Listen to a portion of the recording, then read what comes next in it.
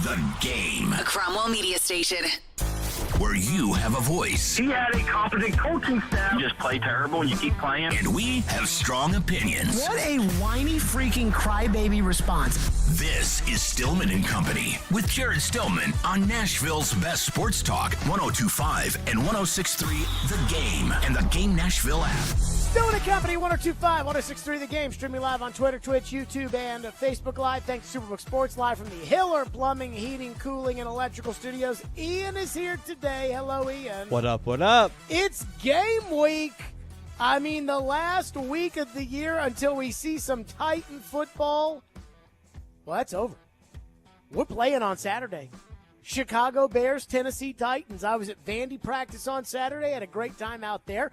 And I just found out that Metro Nashville schools, I found this out last night, they open today.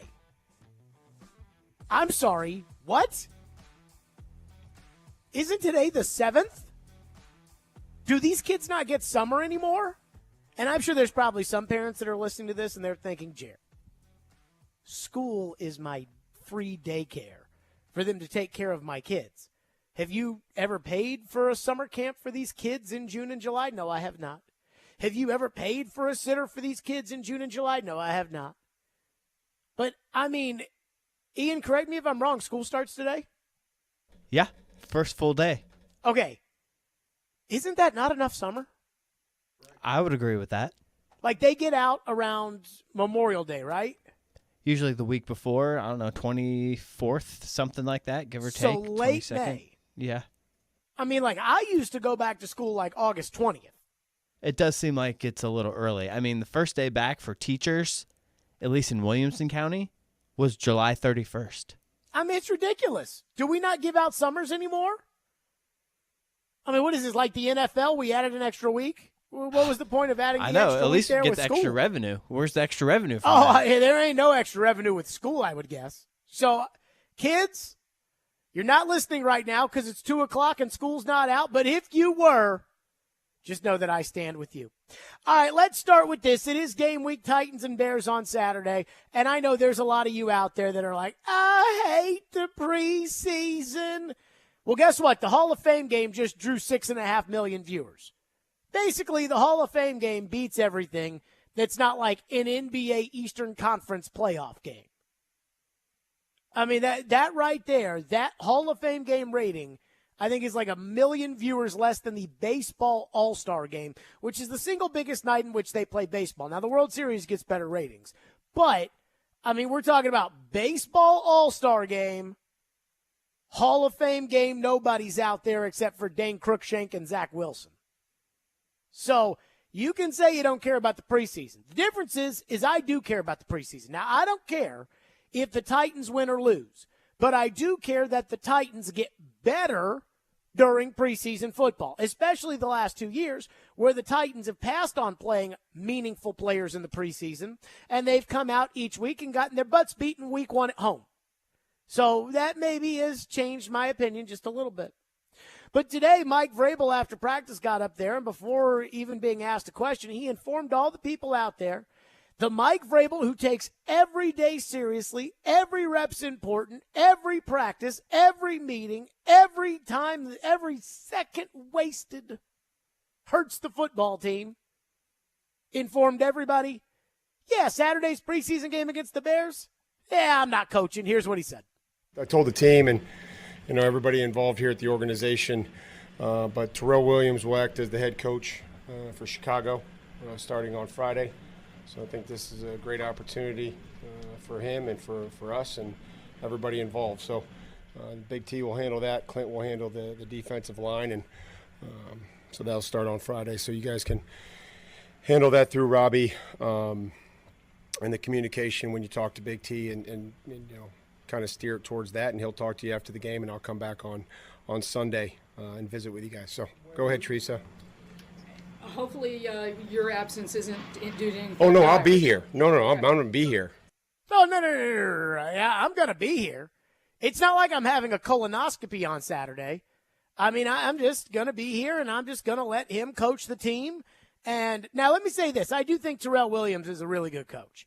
And I do think that like that if something were to happen to Vrabel, knock on wood, I much prefer that than the last time when he had his secretary coach a game.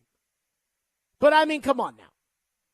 Like, it's impossible for me to look at Mike Vrabel and say, man, you're dedicated. Nobody works harder than you. Nobody takes everything more seriously than you. Nobody. What do you think about the first preseason game? Everything matters. Every time we put on the pads, it matters. Are you going to coach the game? No. I'm going to let somebody else do it.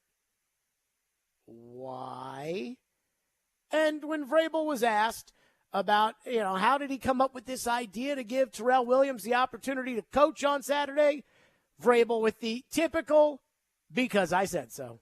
How did this idea kind of come about? Because it doesn't seem like it's something that's been done a whole lot around the league. I came up with the idea, like most of the other things we do. Because I said so. I came up with it. End of story. Now, on one hand, I know a lot of you, again, are going to say, Jared, it's the preseason. Who cares? But they only get 20 of these a year. I remember a couple of years ago, Tom Brady didn't play in a preseason game at Detroit. And he was asked about standing on the sidelines and watching preseason football and how he felt. And Brady's response was, well, we practice and train all year. So anytime that again, this is Tom Brady, anytime that I get to go out there and play actual football, I want to go play football.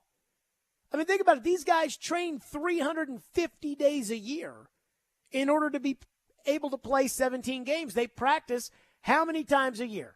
20 in training camp, 3 a week, and they play 17 games. And I do think there's value in the preseason. And again, we went through it the last 2 years where the Titans have played about 9,000 people in these games. And in those, a lot of guys in preseason that we didn't even think were going to make the team, that didn't even make the team, are out there playing meaningful snaps in big games down the stretch. Anybody remember Jack Gibbons starting last year on the road against Jacksonville? So Mike Vrabel's just going to kick his feet up and he's just going to let Terrell Williams coach the team on Saturday? I don't like it. And the other thing to me that I think is abundantly clear is I think Vrabel's doing somebody a solid here. Now, I don't know who the somebody is, but either Vrabel is telling the truth and Vrabel decided in the offseason, I'm going to give Terrell Williams a chance to coach a game because I think that of all the guys on our team, he's got the opportunity to be a good head coach, and this will put his name out there, and this will get him the experience, and this will be good for his career. Or Terrell Williams, and I know the Titans have recently promoted him. I think his title is assistant head coach or something like that. He went to them and said, hey, I'm getting other job offers, or I'd like to go somewhere where I can be defensive coordinator, or I'd like to enhance my career. And the Titans, whoa. Stay here. You're doing a great job. And he is a good coach. I mean, they go out there and they get undrafted guys every year like Tier Tart or Jaden Peavy, or they find these guys and stick them on the line, and they're good defensive linemen. Now, Simmons and Autry, I could coach those guys, and I think they'd be okay. But Terrell Williams does a good job. So maybe Vrabel is doing Terrell Williams a solid, man-to-man, coach-to-coach of, hey, I've got your back. You do a great job here. I believe in you. I want to take care of you. And so I'm going to get you the reps and the opportunity of kind of running a team so you can know what that's like. But even then, how does this help the team? And I'm not saying Vrabel necessarily owes me the explanation of how this helps the team. But it's hard for me to take at face value that Mike Vrabel not coaching a game isn't a big deal. And part of the reason why I think, I was sitting there listening to the midday show when they went to Vrabel, and he got up there and talked about how Coach Terrell Williams was going to be coaching. I think the way Vrabel said it was he's going to be the acting head coach for Chicago starting this weekend or Friday. And I thought, wait a minute, he took another job? You could take another job this late in the year? You could just leave one team and go to another team? And then when he said so-and-so will be doing the defensive line and I'll be helping, I was like, oh, okay, all right. So, and then I immediately thought, like, is there something going on? Is Vrabel having some sort of procedure that he doesn't want anybody to know about? Is it? And Vrabel's like, no, I'll still be here. I just want to give him the opportunity to coach a game? And I've never heard of this before. I've never heard of a guy getting an opportunity to coach a preseason game for no reason other than, hey, this is what I want to do for him. Now, in my heart of hearts, I do believe that Mike Vrabel's doing this in the best interest of the team, which is what he states every decision he makes is about.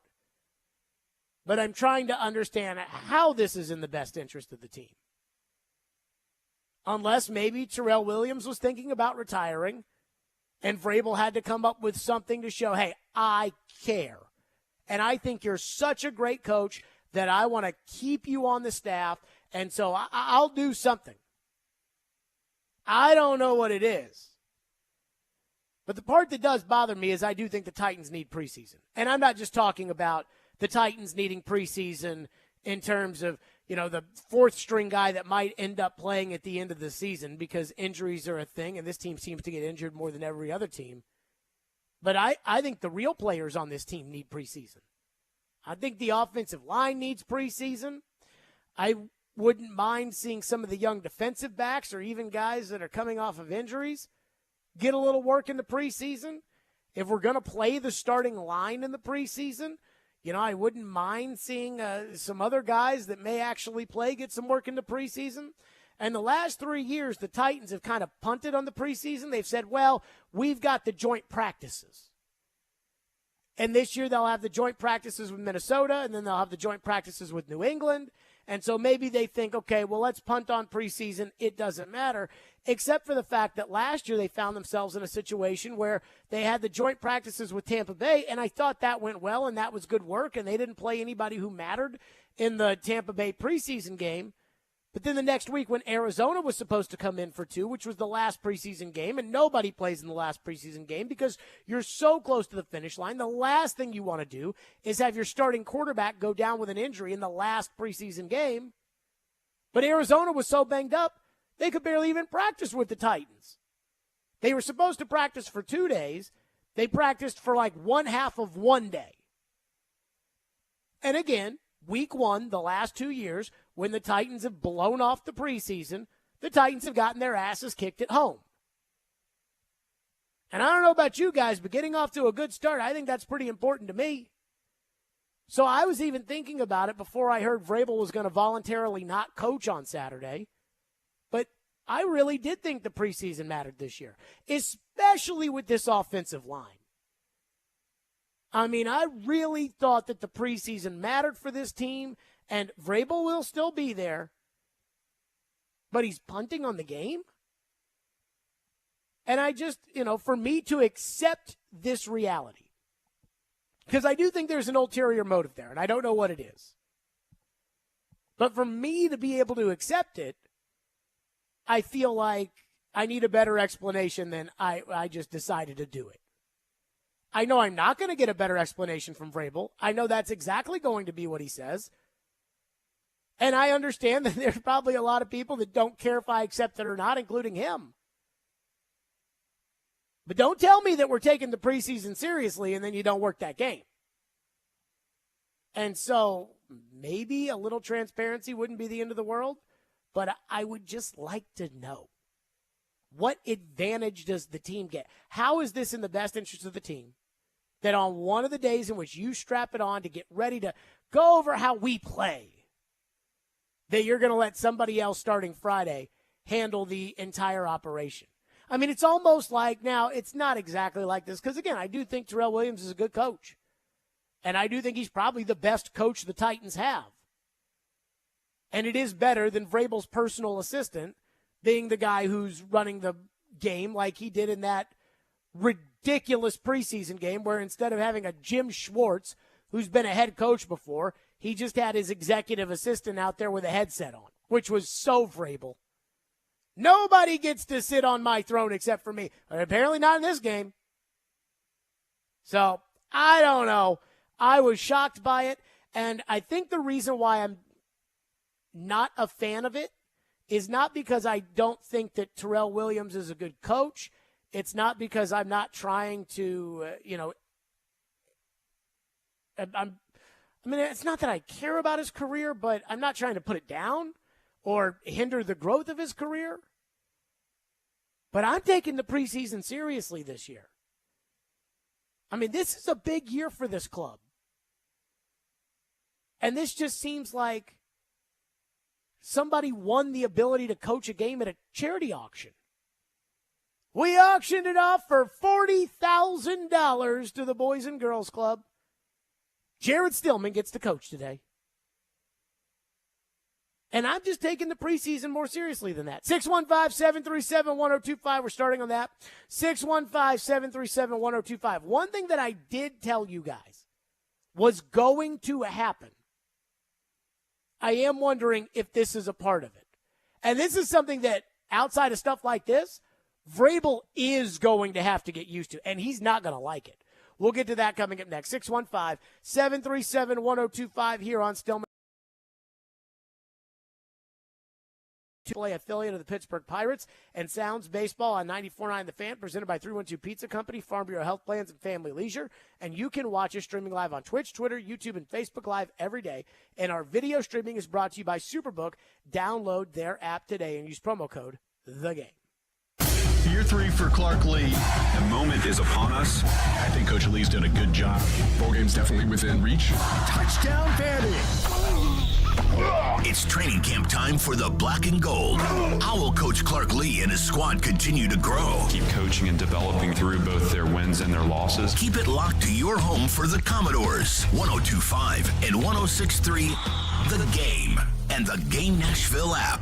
Don't be surprised this week to see other jewelry store owners shopping at Genesis Diamonds. They'll be taking advantage of Genesis' most aggressive offer ever. All GIA diamond engagement rings marked down an extra 20% below Genesis' everyday price. That's right. The vault is open, and we're selling the finest handcrafted diamond rings at rock bottom prices. Now for a very limited time. The GIA is the world standard in diamond grading, certifying accuracy and documenting quality, so you can buy with confidence. Every Genesis engagement ring is included in this event, from a half carat up to 20 carat stones. All shapes, rounds, ovals, radiants, cushion cuts, pear shapes, emerald cuts, princess cuts. There has never been a better time to get an extreme value price on a GIA certified diamond, perfectly set in a gorgeous engagement ring. Hurry in for best selection. It's Genesis Diamonds GIA Diamond Extravaganza. Save an extra 20% on these rare, precious diamond rings, now for a limited time. One per customer, please. Exclusively at Genesis Diamonds, Green Hills and Cool Springs. See store for details. This year, Boys and Girls Club of Middle Tennessee celebrates its 120th anniversary. Through time, BGCMT continues to evolve to enable all young people, especially those who need us most, to reach their full potential as productive, caring, and responsible leaders. Because of your continued support, BGCMT has remained strong and is committed to supporting our youth and solidifying our mission and culture in new exciting ways for 120 years. Visit bgcmt.org today. The Nashville Sheriff wants to pay you $55,700 a year. Now hiring correctional officers. Positions are available immediately. You must be 21 and over with a high school diploma or a GED. Come, join our family and earn $55,700 after paid training and probation. Apply now at sheriff.nashville.gov/apply or call 615-862-8170. Stop searching. Apply now. The Nashville Sheriff. Houston Clinic Orthopedics at TriStar Skyline offers world-class orthopedic care. The doctors at their Dickerson Road location specialize in general orthopedics, arthroscopic surgery for general orthopedics and sports medicine, hip, knee, and shoulder, as well as hand, wrist, and elbow trauma. They offer same-day appointments, too, so you can get back to enjoying life sooner. Schedule your appointment now at tn.houston.com. Conveniently located at the TriStar Skyline Medical Center in Nashville. When experience matters, trust Houston Clinic Orthopedics. WORK Work News Radio. The latest workplace survey is in, and the results might not be so appetizing. Michelle? 68% are 83% tired of sandwiches, and 19% want 43% more vegan options. 92% wish we'd use Easy Cater, while all but one respondent wants Steve from accounting to stop microwaving fish. Newsflash, finding food that makes everyone happy is hard. But at EasyCater, we make hard easy. With over 100,000 restaurants to satisfy every taste. Order 24/7 at easycater.com. Anyone want to tell me what happened? Did you miss any of today's show? It's okay. It's fine. Don't worry. Subscribe to the Stillman and Company podcast on Apple, Spotify, and other podcast platforms, or by going to theGameNashville.com. All right, I'll give it a shot. Strong opinions and a strong personality on your drive home. This is Stillman and Company on 102.5 and 106.3 The Game and the Game Nashville app. Again, it wasn't about his ability to coach Jeff Simmons or develop some of those guys. This is an opportunity that was earned and deserved because of, the vision that I think I have and his ability to reach, again, have conversations with all different players and people in our organization from different positions and different backgrounds. There you go. That was Vrabel talking about Terrell Williams, the defensive line coach, who's going to be coaching the game on Saturday. And I've never heard of this before. And the one thing that I do feel pretty certain about, regardless of whether or not Vrabel's ever going to tell you, and you know the answer to that is no, I think he's doing somebody a solid here. Now, my gut tells me, and how do I say this without, accusing anybody of anything? Because maybe it is possible that Vrabel thinks that Terrell Williams needs to have the opportunity to run a team, and more so for there to be chatter about him as a coach, and this is a way to do it. Something drastic that everybody would say, wait a minute, what? This is going to be a national TV game. I believe that's why they're playing at noon on the NFL Network. And it'll be a big part of the TV broadcast, and they'll always be flashing the camera onto Terrell Williams on the sidelines, and he'll have the red flag in his pocket. So it could be Vrabel saying, hey, man, I think you deserve to be a head coach in this league one day. And instead of me just going behind the scenes and telling people about you, I'm going to put you out there front and center so that people know what I think about you. And that could be him doing a solid for Terrell Williams. Again, I'm not sure it really helps the team, but it does help Terrell Williams. And if Vrabel's worried that he's going to lose Terrell Williams or something like that, and he just wants to make sure that he knows he's valued, then I could argue in a roundabout way that does, in fact, help the team. But the other thing that I think is a possibility here is that Mike Vrabel is doing the NFL a solid. And that's what happens when you decide you want to build a new stadium and you want to take out a bunch of money from the NFL and you're going to get to host a Super Bowl. You have to start doing favors for the NFL. Now, we all know the Rooney Rule is broken. And I don't know if there is a better way. I'm certainly not smart enough to figure it out. And if I was, I'd be doing that, and I'd be getting coaches hired, and I wouldn't be on the radio. But the idea that, hey, you have to interview one minority candidate, or I guess now it's two minority candidates for head coach, and I think it's one minority candidate for coordinator.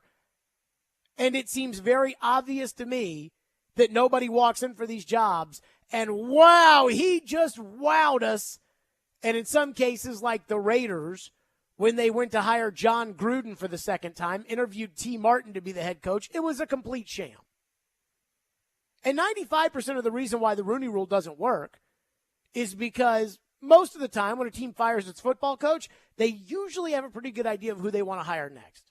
But when a guy like Eric Bieniemy is in charge of the Kansas City Chiefs offense for forever, and they go out there and score 50 points and 40 points and 38 points and 36 points, and Eric Bieniemy can't get a head coaching job and he has to go take over the crappy Washington Commanders offense with Sam Howell as the quarterback, I do think it's obvious that something is wrong with the rule. I mean, that didn't stop Doug Peterson from getting a job because Andy Reid called the plays when he was there. It didn't stop Matt Nagy from getting a job because Andy Reid called the plays when he was there. It didn't stop, what was that bozo's name who coached Minnesota when Brett Favre was there? Brad Childress. It didn't stop Brad Childress from getting a job. But Eric Bieniemy can't get a job. And so it's obvious that the Rooney Rule is broken. And I do wonder if this may be a better way of getting minority coaches more exposure. And it would make sense that the Titans would be a team that the NFL would go to and would say, hey, everybody hammers us every coaching cycle when we've got 6 new open jobs, and it's all typically white offensive coordinators that are getting jobs.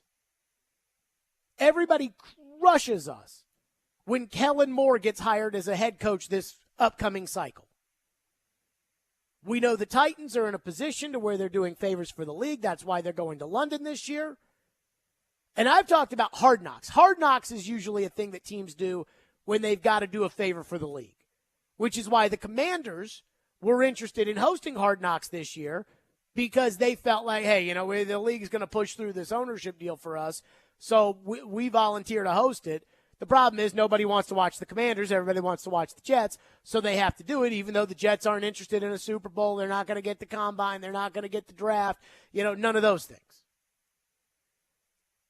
So I always thought it was going to be Hard Knocks, that Amy Adams Strunk was going to have a discussion with the league, and the league was going to say, hey, we want you to do Hard Knocks, and that she was going to have to walk into Vrabel's office and say, hey, Mike, you're going to have to do Hard Knocks.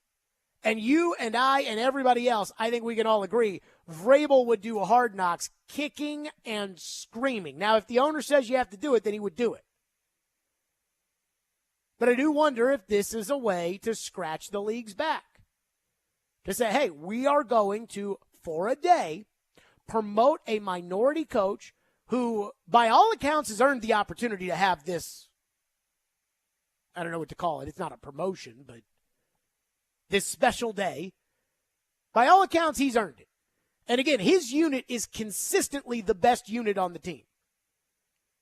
But this will get him exposure.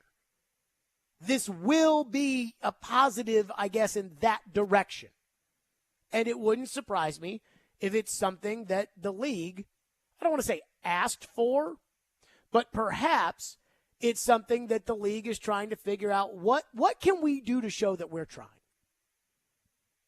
And that the Titans, who again are in the business right now of doing the league favors because the league is helping pay for the stadium and the league is going to put a Super Bowl here, that the Titans say, hey, we'll do it. Put our game on NFL Network, which it is on Saturday. Put our game on NFL Network on national TV, and we will put Coach Terrell Williams on the sidelines. Because you know that when Vrabel comes up and he says, hey, this is what's going to happen on Friday through Saturday and I'll be back Sunday, you know the league's okayed that. Like, there's no way that hasn't gone to the league has to okay it before they can probably even talk to him about doing it. And I do wonder if this might be kind of the trailblazing, the trend-setting moment where we see teams do this to elevate minority coaches. And it's one thing, I've always told people this, it's one thing to say, hey, you need to interview a minority candidate. But if you as an owner already know who you're going to hire, then chances are, unless that guy just walks in and absolutely wows you from the start, there's really no chance that guy has of getting a job. And it's one thing for an owner to hear, hey, I hear Terrell Williams. I hear he's a really good coach. He might be a good head coach. It might be another thing for an owner to see it. Now, at the same time, I think in my head, I'm like, it's one preseason game. You think Jerry's going to be flipping the channels on Saturday and flips on the Titans and says, who's that coaching the Titans? He looks like a good coach. Look at him handling that play sheet right there in front of his face. I want him. I think he could be a good fit for Dak. It's hard for me to envision that happening, but it's probably better than what we're doing now. And I'm not sure I really know that there's a solution here, but maybe this is something they're trying. And again, like I said, regardless of whether or not this is why Vrabel's doing it, and it would be hard for me to believe that this isn't why Vrabel's doing it, I mean, this is going to raise Terrell Williams' profile significantly. Because I can't think of another situation where I've ever heard of this happening. I don't think I've ever heard of that. I mean, again, think about Eric Bieniemy. Like Eric Bieniemy, Leslie Frazier, Marvin Lewis, like guys that were assistant coaches and were very good assistant coaches and for some reason didn't get jobs. And I don't ever remember Brian Billick saying, hey, I'm going to let Marvin Lewis coach this preseason game so that he can get out in front of teams or so that he can get the opportunity to learn what it's like to be a head coach. I'm not sure I've ever heard of this before, but maybe this is the league's next initiative of, hey, let's use our preseason games to maybe elevate the profile of some of these coaches.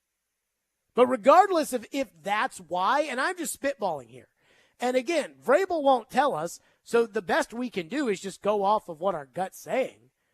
But he's doing somebody a solid. Either he's doing Terrell Williams a solid, or he's doing the NFL a solid. But I don't think Vrabel woke up. I know he says this was my idea, and I could be wrong about this, but I don't think Vrabel woke up one day in July and said, you know what? I think I'm going to punt on coaching the first preseason game. That's just my opinion. 615-737-1025. A lot of you want to weigh in on this. 615-737-1025. So we'll get to that coming up next.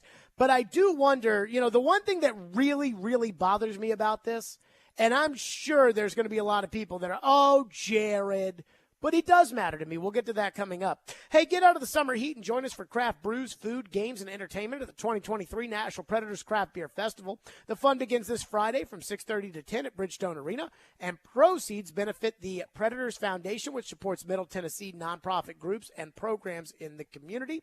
And speaking of Titans practice, be sure to tune in to the Chase McCabe Show and Caroline Willie and D. Mace tomorrow as they broadcast live from Titans training camp. They'll get player interviews and deliver the latest with the Titans practice as the team gets ready for the 2023 season. And coverage of training camp is presented by the Simmons Bank Open, Harmon Energy, Caudill Vet Clinic, and the New Cumberland Development.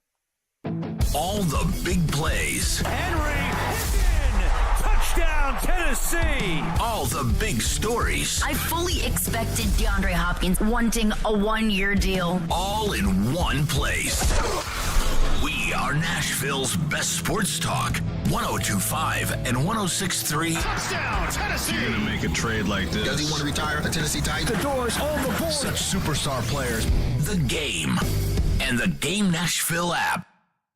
Hey folks, Joe Rexo here. I want you to know Twin Peaks is the place for your fantasy football draft party. Their draft party package gives league commissioners and its members an elevated, easy experience along with scenic views. At Twin Peaks, your draft party package includes a draft board, player stickers, a $50 bonus commissioner card, a $5 bonus card per league member, and a premium table reservation with Wi-Fi.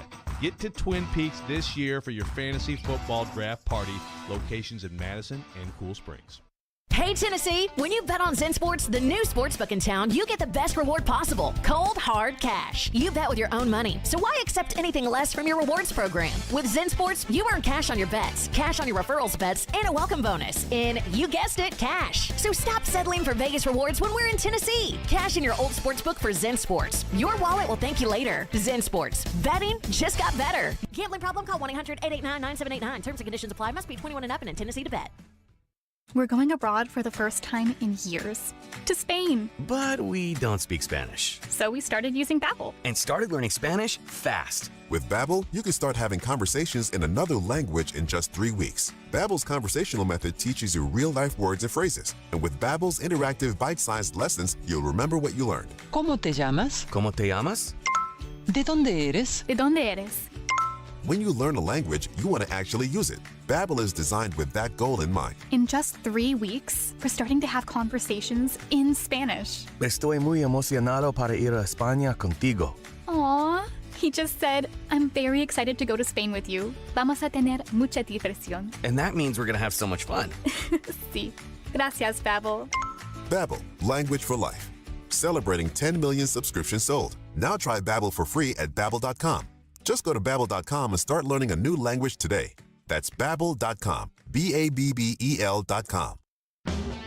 This week's Nashville's best deal is CBD American Shaman. Step into one of the CBD American Shaman's retail stores and sample various CBD products while a CBD consultant is there to answer any of your questions. They select top-grade hemp plants grown on agriculturally responsible farms right here in the USA and bring worldwide wellness through ultra-concentrated CBD oil. They even have CBD treatments for your pets. Get half off a $30 gift card right now to their Goodlettsville or Hendersonville location at thegamenashville.com/deals. In any work environment, culture is the most important thing. And what makes up the culture? The people. Hey, this is General Manager Sean Ford with Cromwell Media. This month we want to highlight 2 individuals on our team celebrating their anniversary. First, Max Hers is celebrating over 5 years with us on 1025 The Game. And our president and owner, Bud Walters, is celebrating his 51st year with Cromwell Media. Thanks to you for the community you've built here. If you're looking for a new career, reach out to us at together@cromwellmedia.com. Love what you do, love where you work.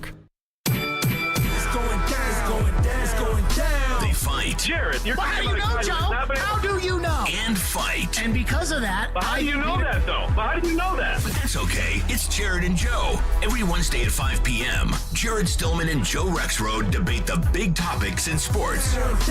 Jared versus Joe. Presented by Pella Windows and Doors and Parman Tractor and Equipment on Stillman and Company. Wednesdays at 5 on 102.5 and 106.3 The Game.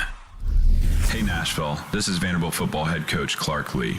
You're listening to Nashville's best sports talk, ESPN 102.5 The Game, in the Game Nashville app. What's preseason games like for you and maybe some of the veterans who are probably not going to play, but you're going to get to watch guys who are working? I just try to be a coach. Try to do as much as I can to give the guys something. If it's something that I'm seeing, because obviously we're watching the film and the meetings, if it's something I'm seeing that can help them out, help them play faster.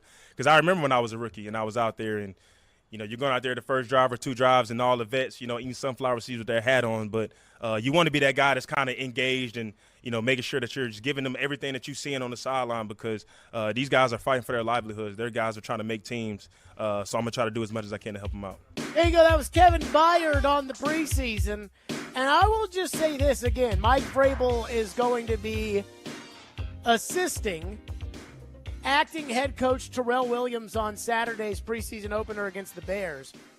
I plan on taking the preseason seriously this year. The question's like, hey, Kevin Byard, what do you do during the preseason? I'll try to coach him up a little bit. I mean, I'm not sure that I don't want Kevin Byard playing. Now, I can live if the defense doesn't play, since it's basically all varsity veteran guys. I'd like to see the 2 linebackers get in there. Talking about Gibbons and Rice, who are competing for a spot.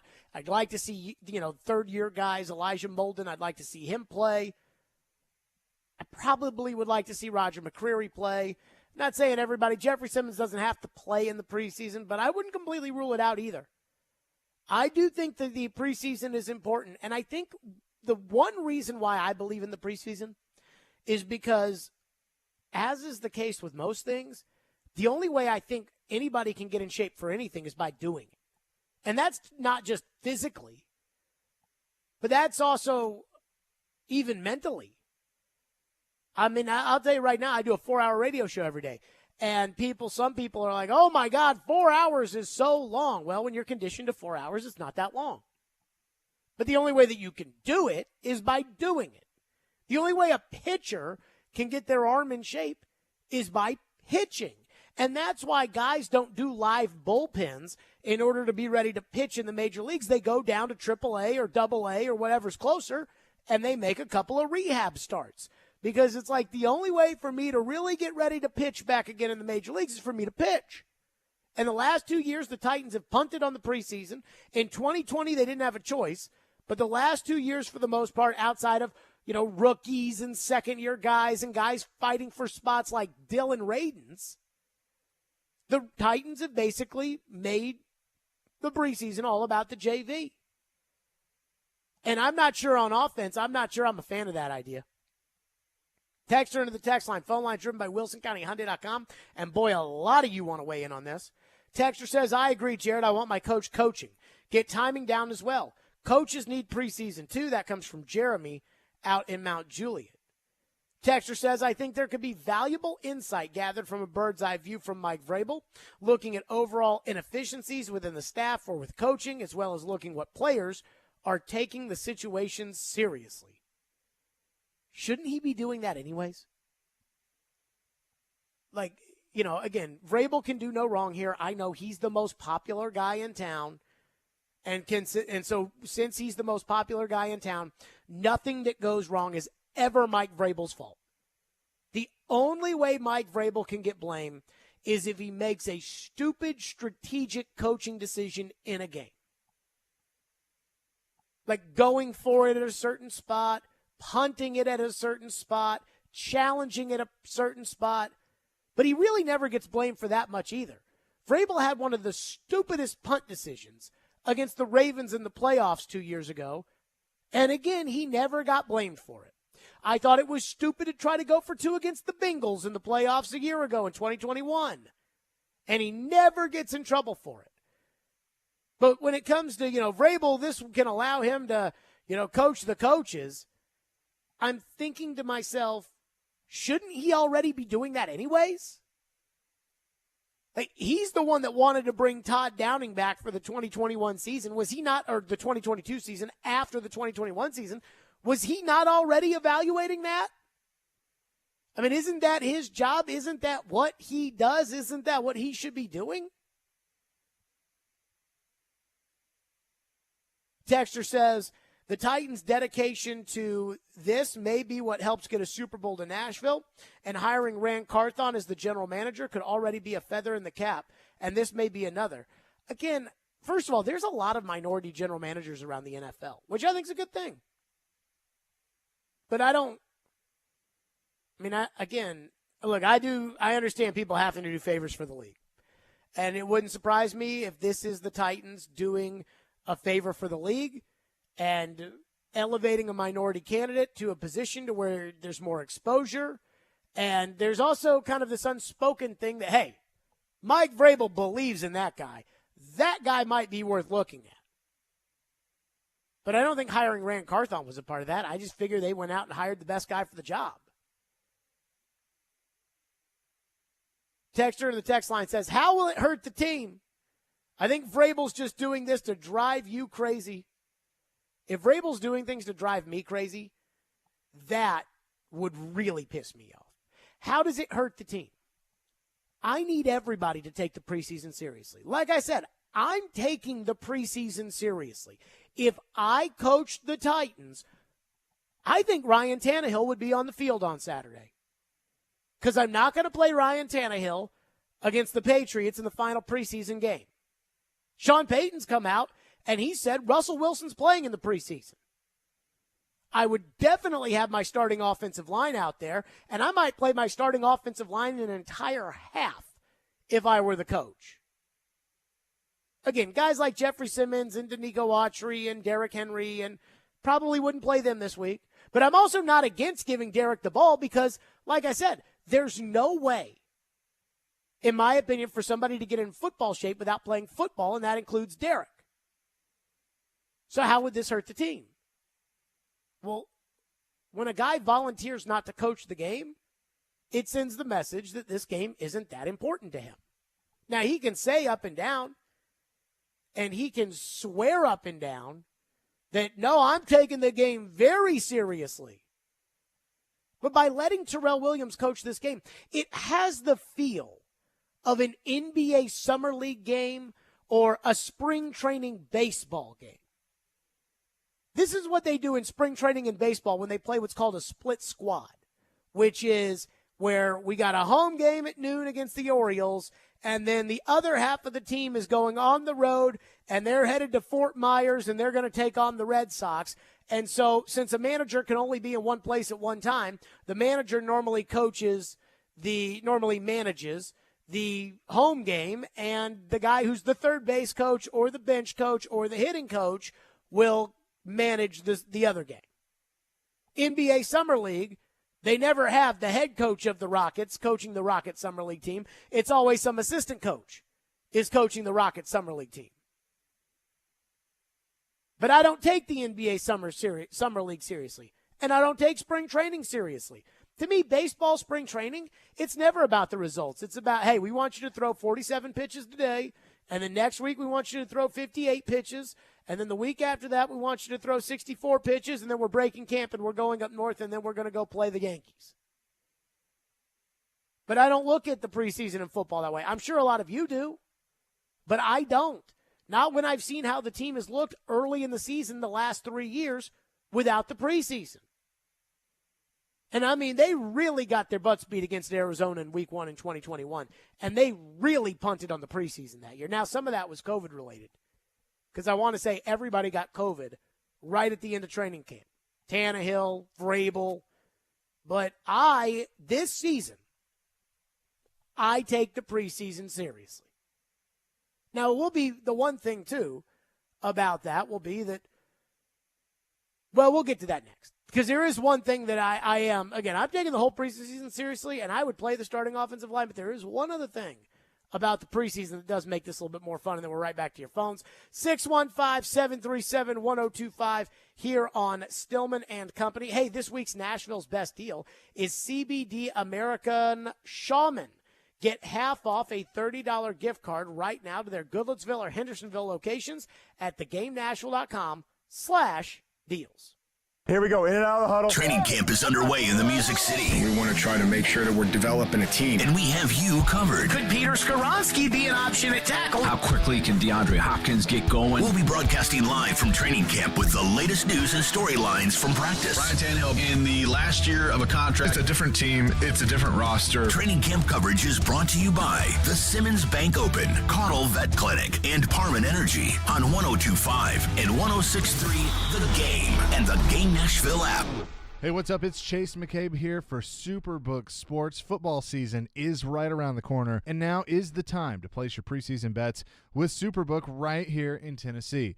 Superbook is the most trusted name in Vegas, and now you can use my promo code CHASE to score up to $250 with your first bet bonus. Win or lose, they will match your first bet up to $250 simply by dropping my name, Chase, C-H-A-S-E, in the promo code. Will Tennessee win the division this year? Who is your pick for MVP? And which team will win it all in February? Don't sit on the sidelines. Win money this season with Superbook Sports. Just download the Superbook Tennessee app or visit superbook.com to place your wagers today. Football, a $250 first bet bonus simply by using Chase in the promo code slot will make you do your own touchdown dance this season with Superbook Sports. Visit superbook.com for terms and conditions. Gambling problem? Call 1-800-889-9789. Are you drowning in credit card debt? Want to get cash out of your home's equity? Loan Pronto can do it now in less than a week. Hey, Willie Donick here. That's right. Loan Pronto's Equity Express line of credit just got even faster. You can get $50,000, $100,000, even $200,000 in as little as 5 days. You don't even have to touch your primary mortgage. You can keep that 3% rate intact. Get just the money you need and pay off all those credit cards or get that home improvement project started. With this revolutionary program, you can access up to 90% of your home's value, and in most cases, there's no appraisal. Stop paying insane interest rates to the credit card companies and get tens or even hundreds of thousands of dollars in cash in as little as 5 days. Call Loan Pronto now for the even faster Equity Express line. 615-499-5780. That's 615-499-5780 or go to loanpronto.com. 615-499-5780. Equal housing lender, NMLS 1661781, subject to lender approval. Mom, we're out of potato chips. Teenagers, they'll eat you out of house and home, kind of like health insurance, which can take a big bite out of the family budget. Fortunately, with Farm Bureau Health Plan's Core Choice coverage, we can save $3,600 a year compared to the leading competitor. And we've got better coverage with a lower premium, lower deductible, free telehealth visits, and access to one of the largest networks available. Can we order pizza? Visit FBHP.com or your local Farm Bureau office today. WORK Work News Radio. The latest workplace survey is in, and the results might not be so appetizing. Michelle? 68% are 83% tired of sandwiches, and 19% want 43% more vegan options. 92% wish we'd use EasyCater, while all but one respondent wants Steve from accounting to stop microwaving fish. Newsflash! Finding food that makes everyone happy is hard. But at EasyCater, we make hard easy. With over 100,000 restaurants to satisfy every taste. Order 24/7 at EasyCater.com.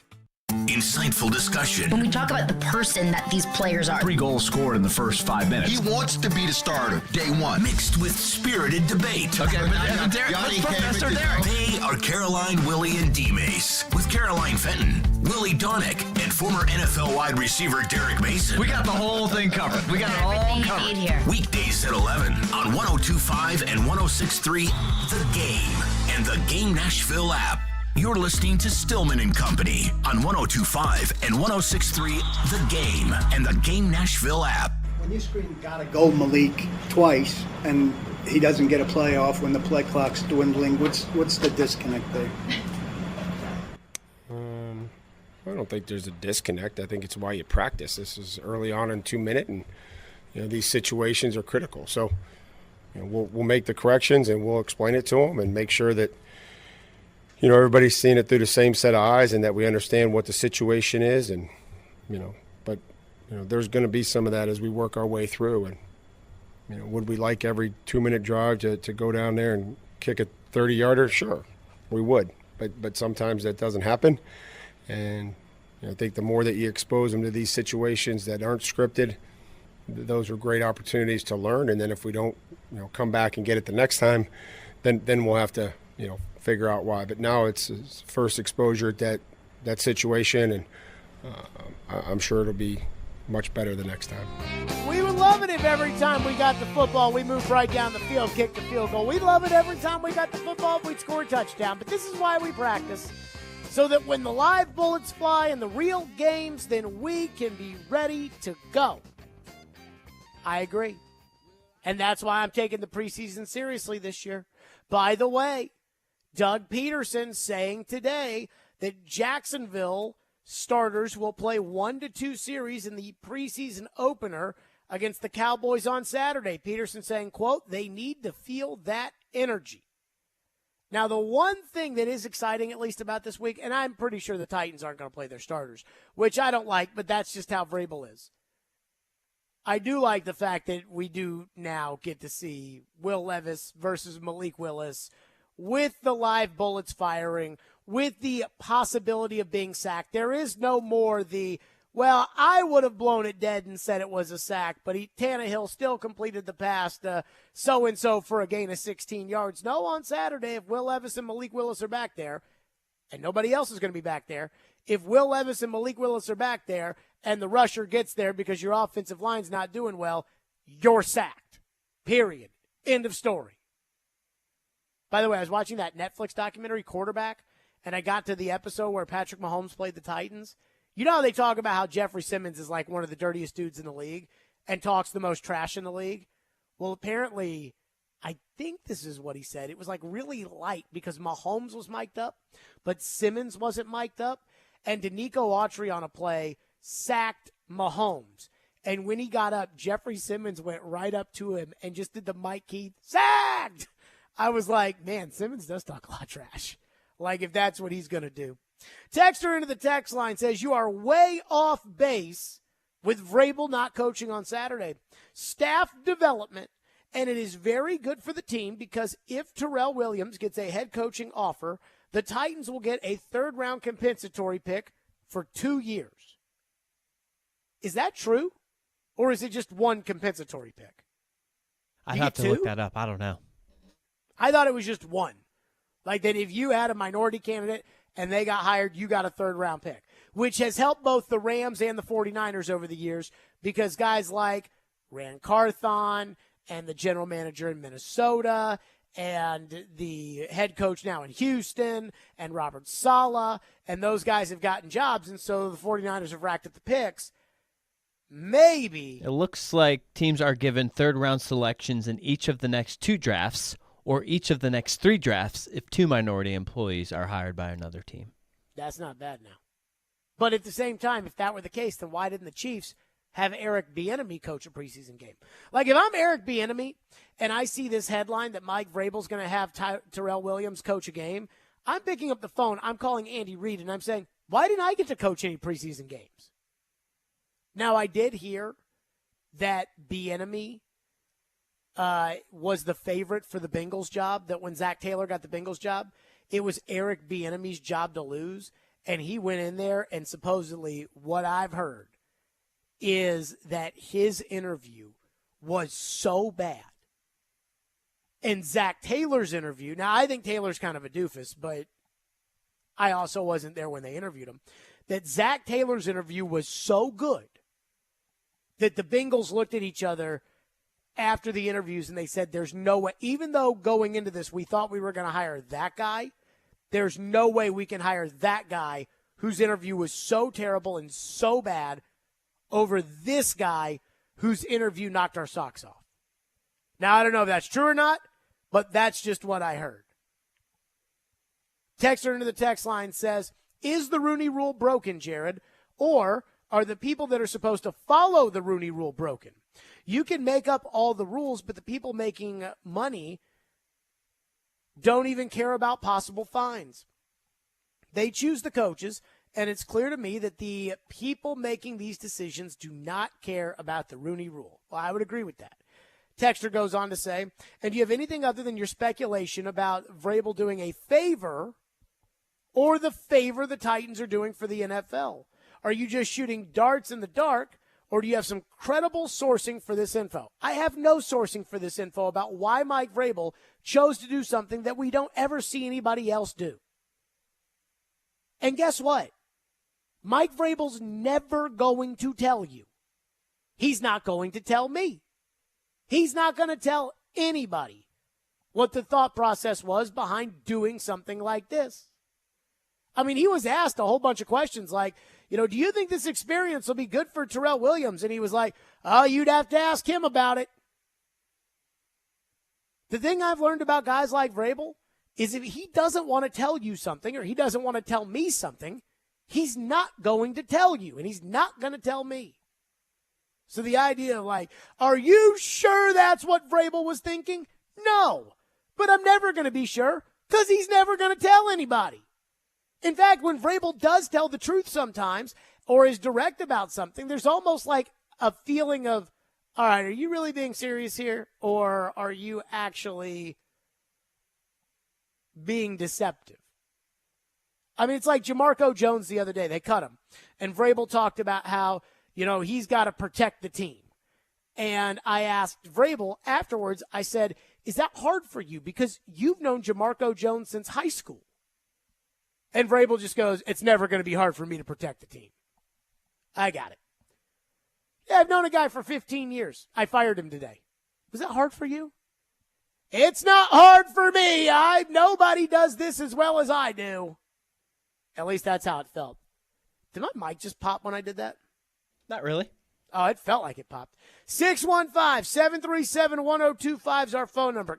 Yesterday, I was starting to think something about the Titans. Something very optimistic about the Titans. Then I kind of talked myself out of it. Then Kevin Byard said it today. Oh, my God. Are we on the same wavelength? We'll get to that next. Stillman and Company, 615-737-1025, 1025-1063 The Game. Are you always on the go? We've got you covered. Download the Game Nashville app from your app store and listen to us wherever you are. Robbie Stanley, Joe Rexroad. It's Chase McCabe. Caroline, Willie, D-Mays. Stillman and Company. We are Nashville's best sports talk. Good station. I listen to it all the time. 102.5 and 106.3 The Game and the Game Nashville app. ElectronicExpress.com. We make it happen.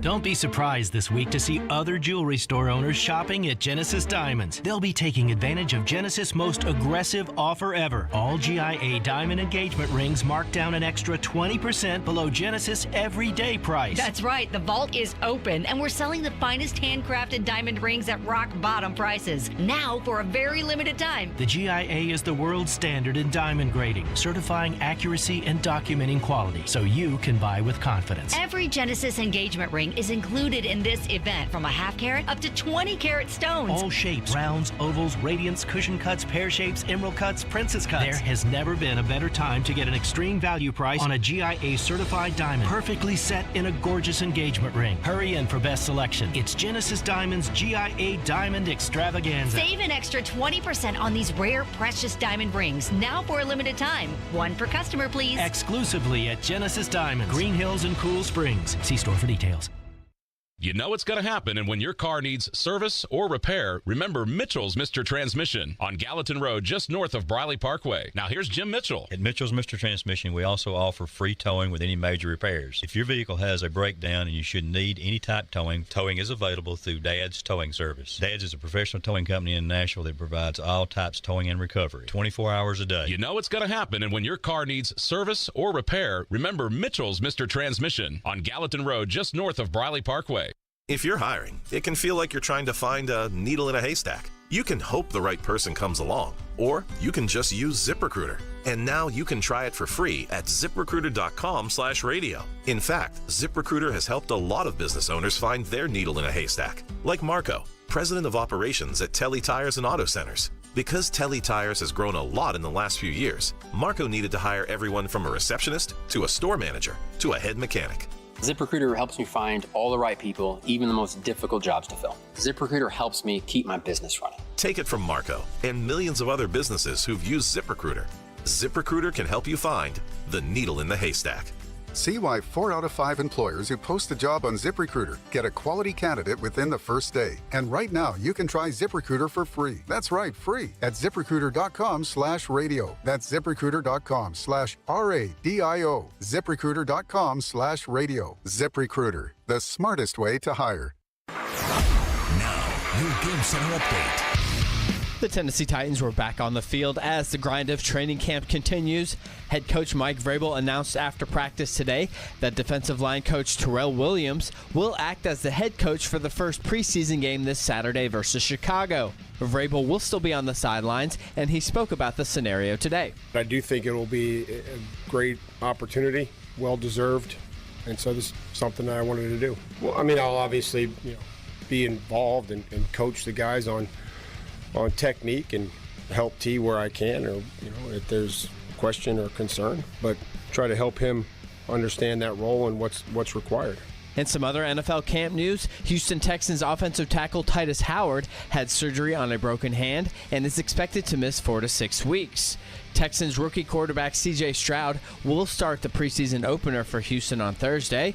Free agent running back Kareem Hunt is visiting with the New Orleans Saints. And after their fight over the weekend, White Sox shortstop Tim Anderson has been suspended for 6 games, and Guardians third baseman Jose Ramirez has been suspended for 3 games. From the Game Nashville studios, this is Ian Safar. Live from the Hiller Plumbing, Heating, Cooling, and Electrical Studios.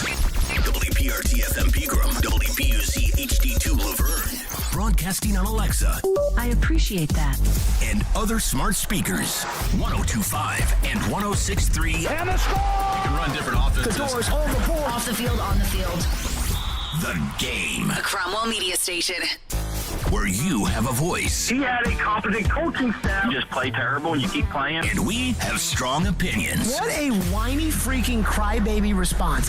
This is Stillman and Company with Jared Stillman on Nashville's best sports talk, 102.5 and 106.3 The Game and the Game Nashville app. Stillman and Company, 102.5, 106.3 The Game, streaming live on Twitter, Twitch, YouTube, and Facebook Live. Thanks to Superbook Sports Live from the Hiller Plumbing, Heating, Cooling, and Electrical Studios.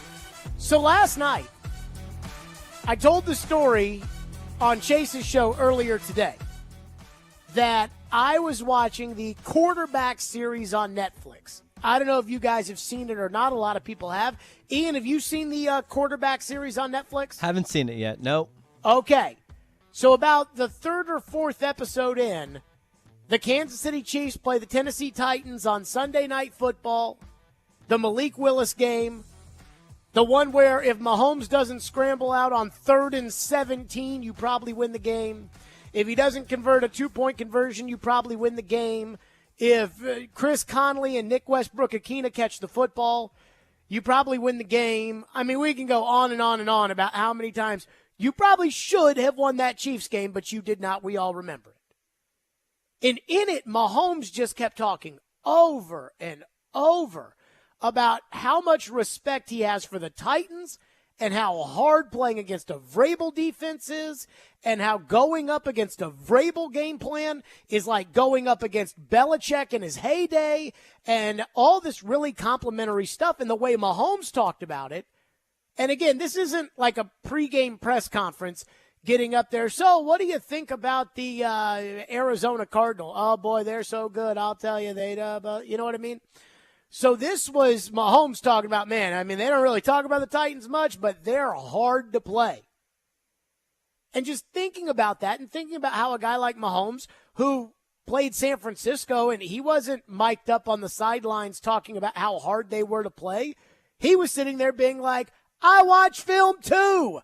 Guess what? They don't know. I'm going to show them. I'm going to throw it deep. And so I started to get excited about, wait a minute, with Vrabel coaching this defense, and what I've seen so far out at practice, where I feel like every spot on the defense is spoken for with a starting caliber NFL player, except for one inside linebacker position, which isn't really all that important. And most of the time, the Titans aren't going to have two inside linebackers on the field anyways. So I can live with Jack Gibbons as a starter. But every other position has a legitimate NFL starter at it. They might be dominant this year. But then I talked myself out of it because I said, well, the Titans have never had an elite defense as long as Vrabel has been the coach. Now, they've played great in games, especially great in games against really good quarterbacks. And that goes all the way back to Vrabel's first year.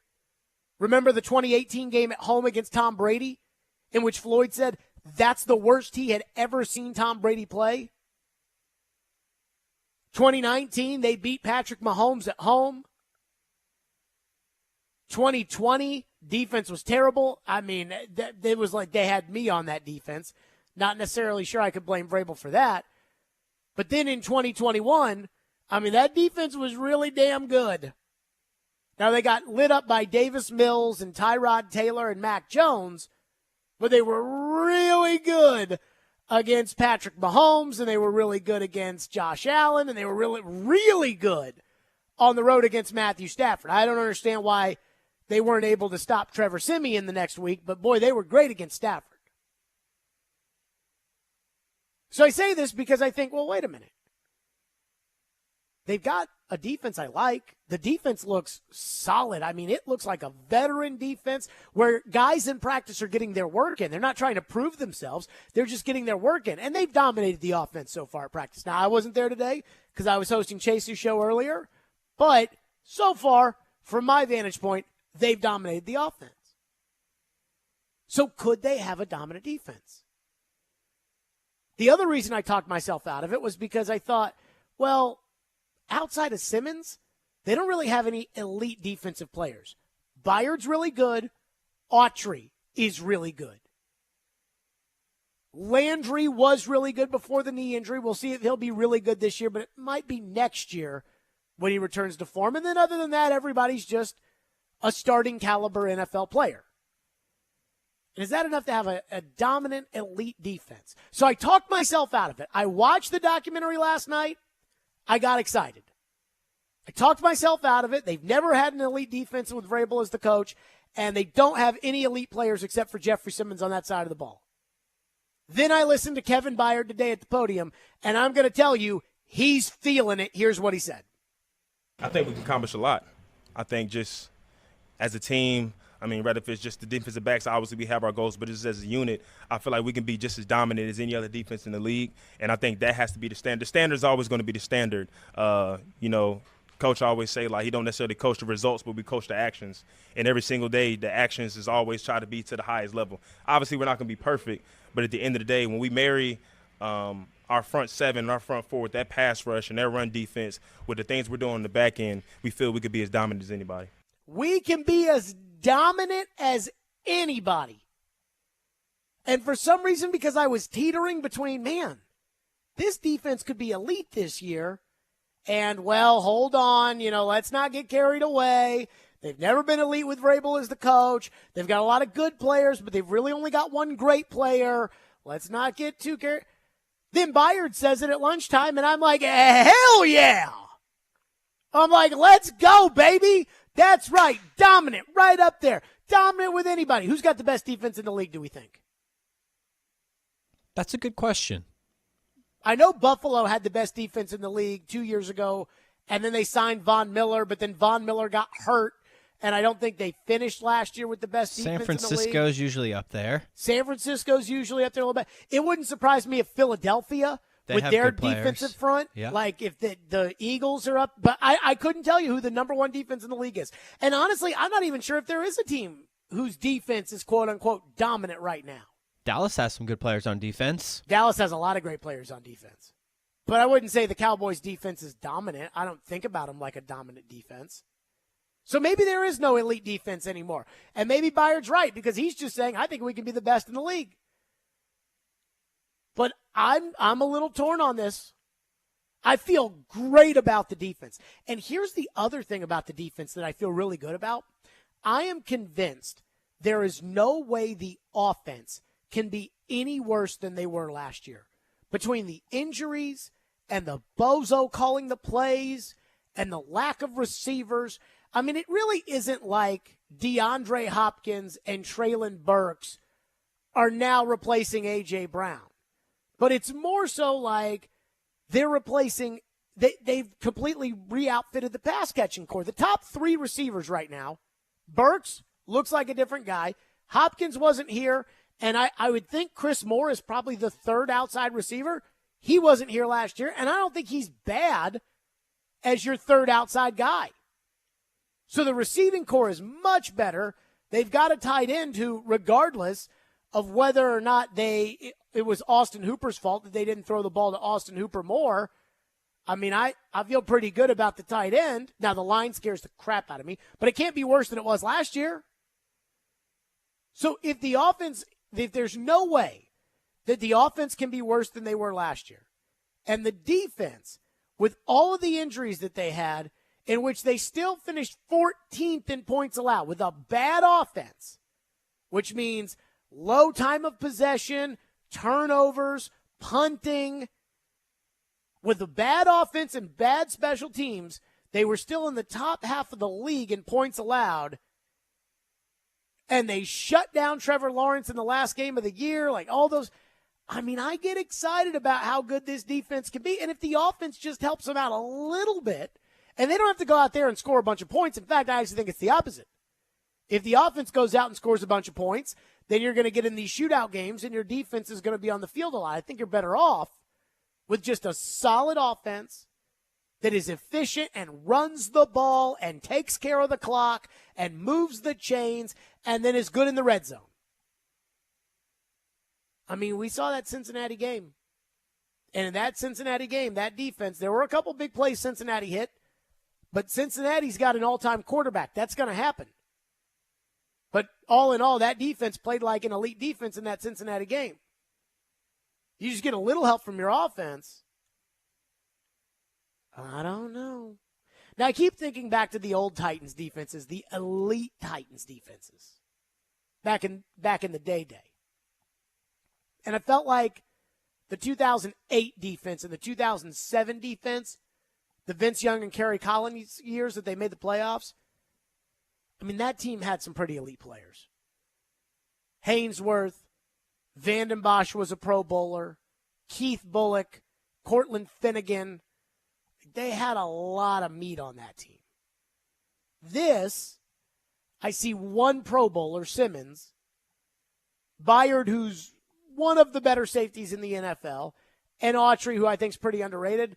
But outside of that, I don't think anybody looks at those guys that are out there as elite-level players, like they looked at Cortland Finnegan or like they looked at Keith Bullock or like they looked at Kyle Vanden Bosch when he was on the Titans.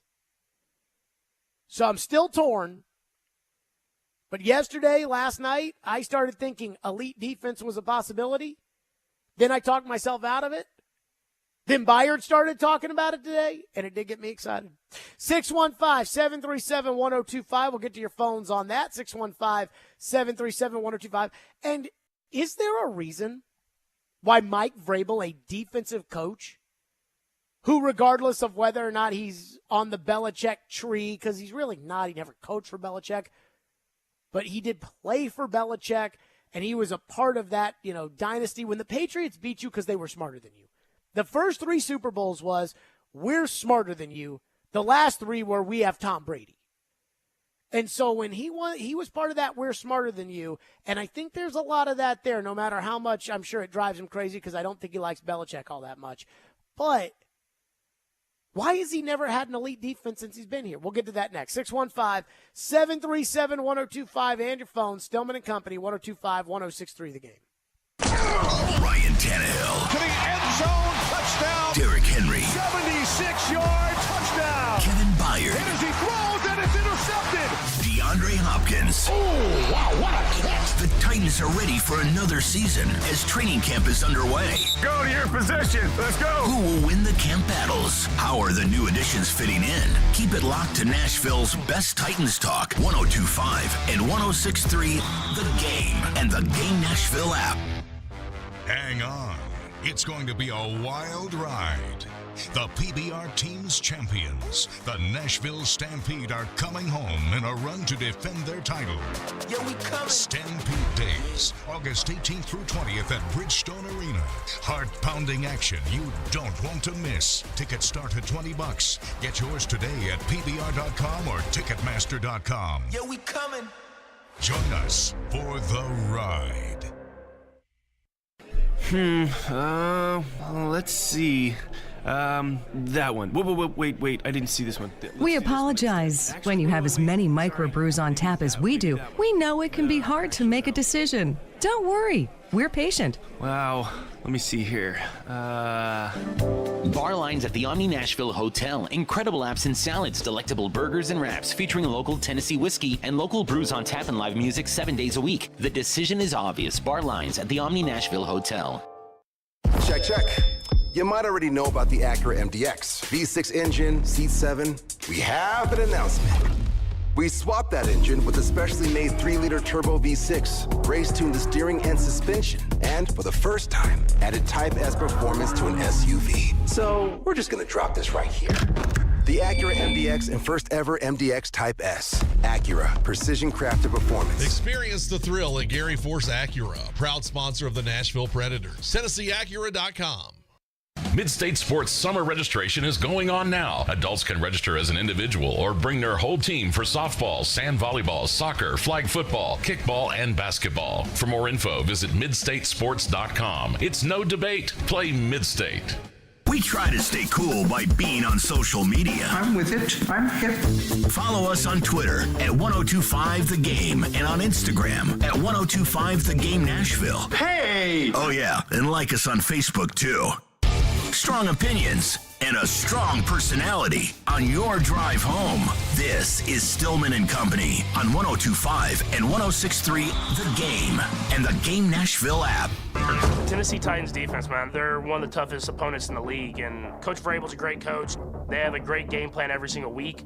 I know people joke around about it, but it's kind of like when you were facing the Patriots in the early 2000s, I feel like. Boy, Vrabel has been a force. Vrabel has obviously learned from Coach Belichick. They have more wrinkles and stuff like that that you don't really expect, and you have to be physical and battle to the very end every single time. In every football game, you never know what to expect. I know when we play the Tennessee Titans, it's always going to be a hard-fought battle. They have a great defensive line, a lot of guys that are underrated. Just play hard into the whistle. They're going to lay everything on the line for that coach and that team. They're just so well coached to add the talent that they have that it's always a great challenge for us. There you go. That was Patrick Mahomes in the Netflix documentary Quarterback talking about, boy, I tell you, the Titans, man. It's like playing the old school Patriots, which I did find a little fascinating. He said it so matter-of-factly. When Patrick Mahomes was in middle school during the old school Patriot days. Also, I do love Vrabel. That Vrabel has relationships with a lot of people. And I've told you, I like Vrabel. Now, Vrabel does things that drive me crazy, and I'm sure I do things that drive him crazy, but that's okay. But after the game was over, Mahomes went up to Vrabel, where they shake hands, and Mahomes was like, hey, great game plan, dog. And Vrabel was just such a drive-by. I don't even think he heard Mahomes. It reminds me of last year when Tier Tart got hurt, and when Green Bay was trying to hurry up the line, and Aaron was trying to, make a joke with Vrabel and was laughing, and Vrabel was just stone-faced and didn't even acknowledge him. Like, I think when Vrabel's in the games, he's just so locked in that he's not even paying attention. But I do wonder why in the 5 years that Vrabel's been the coach, this is year 6, why they've never had a dominant defense. He's a defensive coach. You hear of Mahomes, he's telling you up and down about how good Titan defenses are. And yet, I was looking through it, and only 2 teams, and I think we can agree on this, even though total defense is what defines whether or not you have the number 1 defense in the league, which is yards allowed. I think we can all agree we care more about points than yards, right? I think so. Okay. Twice they've been top 10 in the league in the 5 years Vrabel's been the coach. They were third in points allowed in 2018, which I don't even remember. Was that 2018 defense really that good?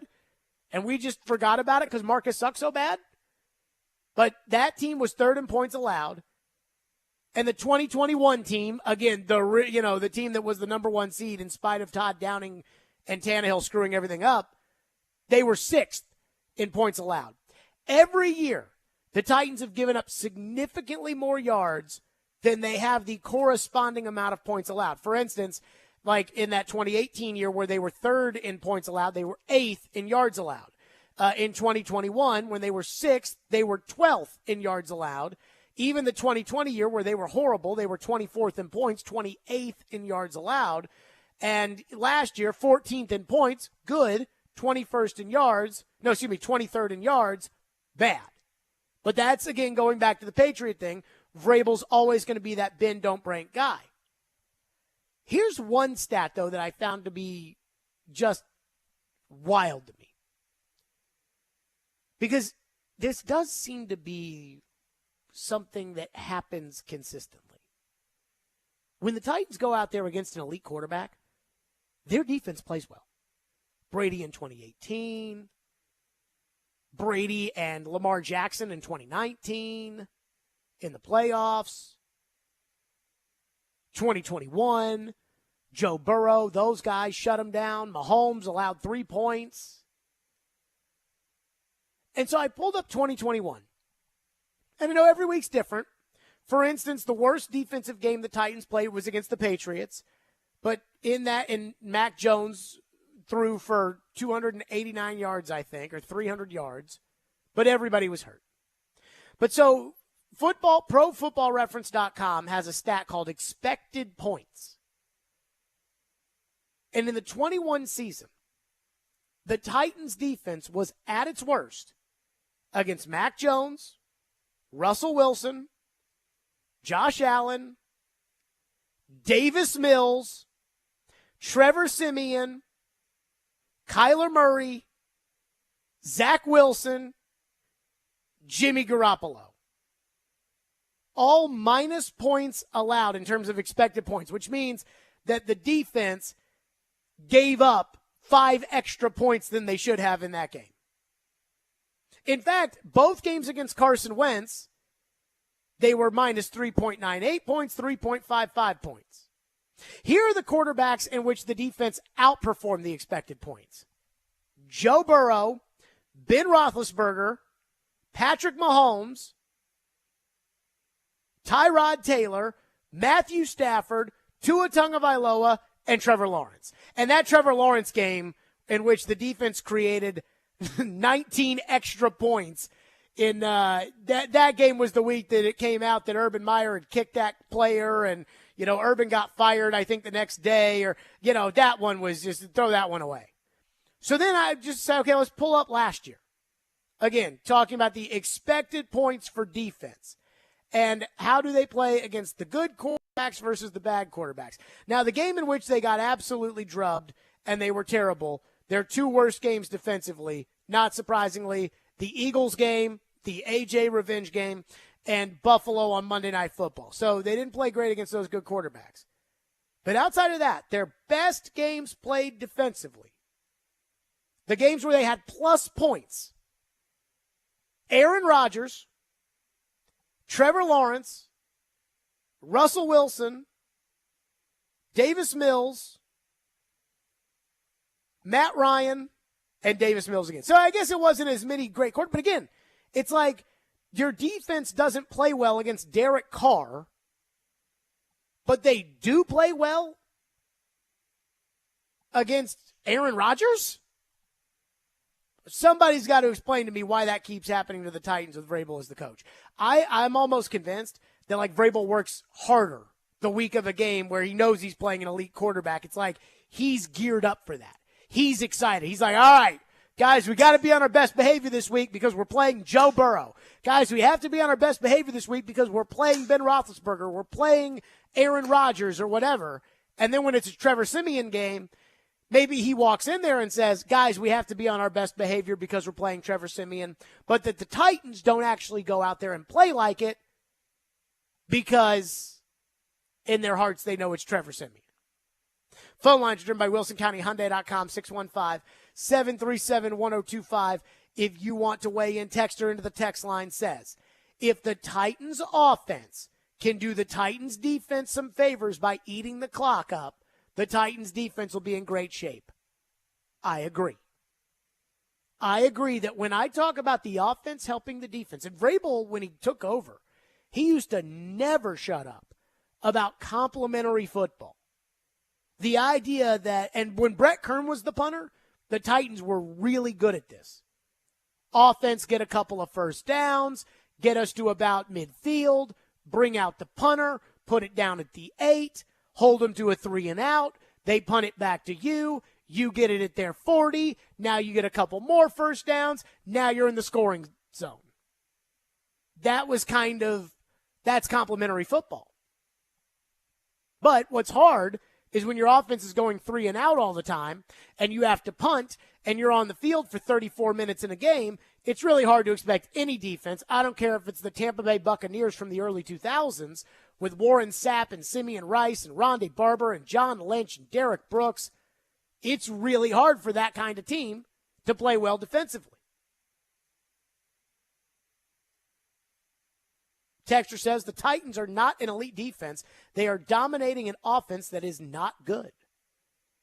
That may be with practice, but in terms of the actual games, I'm talking about, can the Titans have an elite defense this year in the actual games? Texter says, as a Titans fan, I think the Eagles have an elite defense still. They brought back many of their starters, and they've also had a really good draft, and honestly, they might repeat.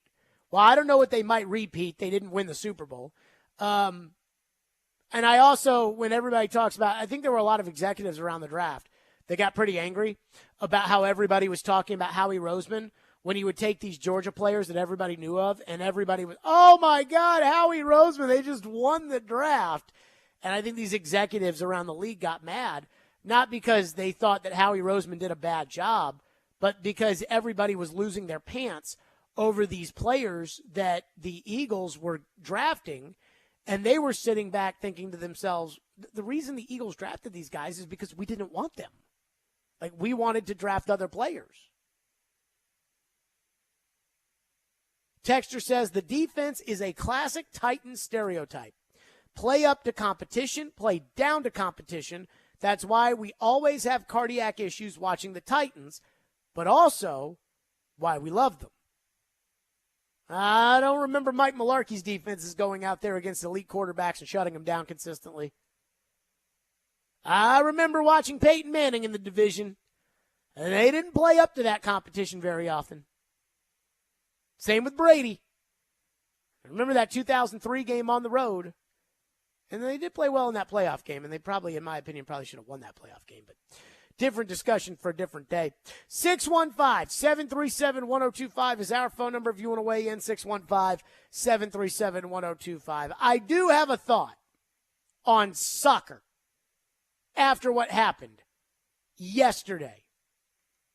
A national disgrace. We'll get to that next. Stillman and Company, 102.5, 106.3 The Game. Every day we are live and local. You need to give Ron Tannehill a 2-year extension. There haven't been too many coaching changes for the Predators. And your source for Nashville sports. I think that's what the Titans need. Players who can score. We are Nashville's best sports talk. 102.5 and 106.3 The Game and the Game Nashville app. Don't be surprised this week to see other jewelry store owners shopping at Genesis Diamonds. They'll be taking advantage of Genesis' most aggressive offer ever. All GIA diamond engagement rings marked down an extra 20% below Genesis' everyday price. That's right. The vault is open, and we're selling the finest handcrafted diamond rings at rock bottom prices. Now for a very limited time. The GIA is the world standard in diamond grading, certifying accuracy and documenting quality, so you can buy with confidence. Every Genesis engagement ring is included in this event, from a half carat up to 20 carat stones. All shapes, rounds, ovals, radiants, cushion cuts, pear shapes, emerald cuts, princess cuts. There has never been a better time to get an extreme value price on a GIA certified diamond, perfectly set in a gorgeous engagement ring. Hurry in for best selection. It's Genesis Diamonds GIA Diamond Extravaganza. Save an extra 20% on these rare, precious diamond rings, now for a limited time. One per customer, please. Exclusively at Genesis Diamonds, Green Hills and Cool Springs. See store for details. The Game text line is driven by Wilson County Hyundai. Online at wilsoncountyhyundai.com. Be a part of the conversation. Call or text the Game at 615-737-1025. Some days I cover up because of my moderate to severe plaque psoriasis. Now I'm hitting the road with clearer skin thanks to Skyrizi, Risankizumab Riza, a prescription-only 150 milligram injection for adults who are candidates for systemic or phototherapy. With Skyrizi, 3 out of 4 people achieved 90% clearer skin at 4 months. And Skyrizi is just 4 doses a year after 2 starter doses. Don't use if allergic to Skyrizi. Serious allergic reactions and an increased risk of infections or a lower ability to fight them may occur. Before treatment, your doctor should check for infection and tuberculosis. Tell your doctor if you have an infection or symptoms such as fever, sweats, chills, muscle aches, or cough, or if you plan to or recently received a vaccine. Thanks to Skyrizi, there's nothing on my skin, and that means everything. Ask your doctor today about Skyrizi, the #1 dermatologist-prescribed biologic in psoriasis, and visit skyrizi.com or call 1-866-SKY-RIZZI to learn more. Every Wednesday at 8:30. Join Robbie and Rex Road for The Choice is Yours. 2 sports questions, 2 non-sports questions. They'll answer a couple of questions about life and sports. The Choice is Yours is built by Jarrett Companies. You have a choice. So when you have a need for site and utility work, fire protection, concrete and asphalt services, the choice is simple. It's Jarrett Companies. For more, visit JarrettCompaniesInc.com. The Choice is Yours. Wednesdays at 8:30 on 102.5 and 106.3 The Game and the Game Nashville app. Hey, this is Pekka Rinne. You're listening to Nashville's best sports talk, ESPN 102.5 The Game. Hartang off there. Did it go in? Waiting on a signal. No. You've got to be kidding. Well, they're waiting. They're going to check. VAR can intervene. I couldn't tell from here. I thought it was going in, but it happened so quickly.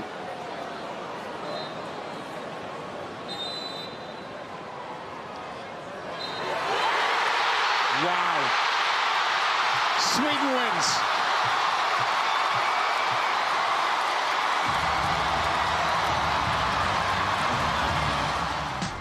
A national disgrace yesterday morning. The U.S. women's national team that's never supposed to lose, not just losing, but losing in the knockout round for the first time ever. In my opinion, that was embarrassing. We're not supposed to lose there. We were the #1 team in the world, the 2-time defending champions, and we lost in the knockout round, our worst finish ever. Ian's our soccer expert. Were you up in the morning yesterday watching the Women's World Cup choke? You know what? I did not. I woke up, with the little one. It was like, 3-something in the morning, and I almost stayed up, but I fell asleep. So, no, I didn't see it. Okay, so I did. I woke up at about 6:30. I got on Twitter. People were tweeting about the game. I put it on TV, and I watched penalty kicks, and I watched them lose. And I have to tell you, I'm not the biggest soccer fan in the world. I'm certainly not the biggest international soccer fan in the world. And I wouldn't argue that I'm the biggest women's soccer fan in the world, but that doesn't matter. I am an American fan. I root for America, and I have standards. Just like Alabama fans, no matter what Nick Saban tells them, they're not going to get excited about a September 28th game against Alabama State. There's just no way. Because at Alabama, the standard is exciting games in November against LSU. The Alabama standard is compete for the championship. So in the games that have to do with the competing for a championship, we'll pay attention. The Citadel, sorry, Coach Saban, we won't. And that's how I feel about this. I felt like I was being transported yesterday morning. The embarrassment and the shame that I felt from Team USA's women's soccer team. It reminded me of 2004. It reminded me of when the Team USA basketball team, which again, I was born in 89, and the Dream Team debuted in Barcelona in 1992. And so for my entire life, we were good at international basketball, and we won every game. The Dream Team, Michael, Scotty, Malone, Ewing, Clyde Drexler, Larry Bird, Magic Johnson, Charles Barkley. And they went out there and they just beat the ever-living crap out of everybody, like they should have. Then we went to Atlanta. Michael Jordan wasn't in it, but Shaquille O'Neal was, and we beat the ever-living crap out of everybody there. Then we went to Sydney, and we did the same thing. So then all of a sudden in 2004, we go to Athens, Greece. Larry Brown is the coach, but a lot of the top NBA players, Kobe, Shaq, they didn't want to play. That team had an old Allen Iverson, a Stephon Marbury who had been kicked off of a bunch of teams, and a young LeBron James and Carmelo Anthony. And we lost to Puerto Rico. And when we lost to Puerto Rico, I think it was a Sunday, they had a player named Carlos Arroyo, who was an NBAer, but he just went bananas on the USA. And we ended up winning the bronze that year.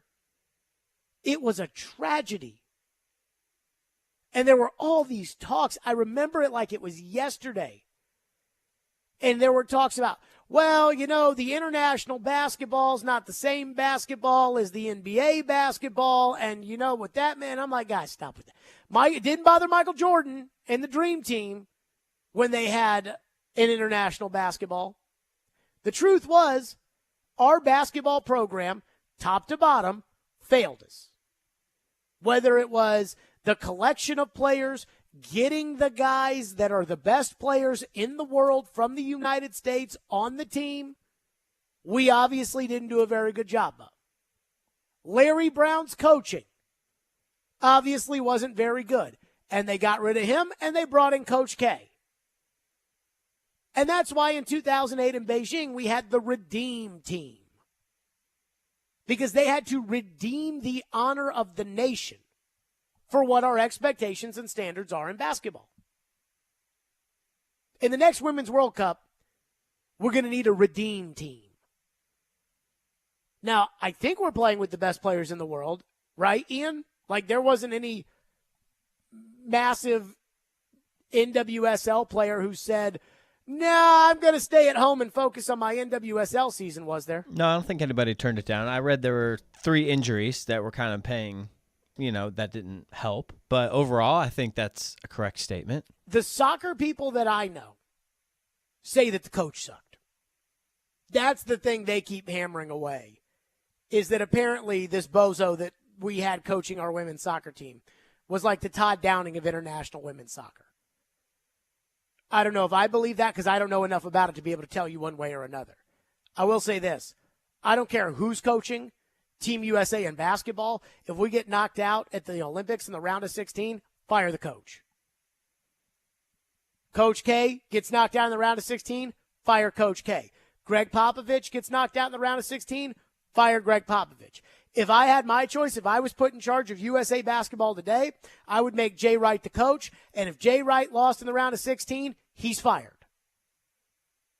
And by all accounts, it sounds like they're going to fire this coach anyways. But that women's team let us down now.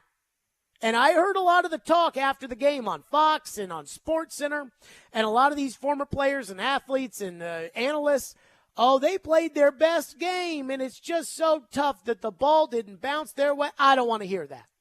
For starters, if we had played better earlier in the tournament, we would have played South Africa and not Sweden, and it may not have come down to the bounce of the ball. Secondly, why did the bounce of the ball not stop us in the last World Cup or the World Cup after that?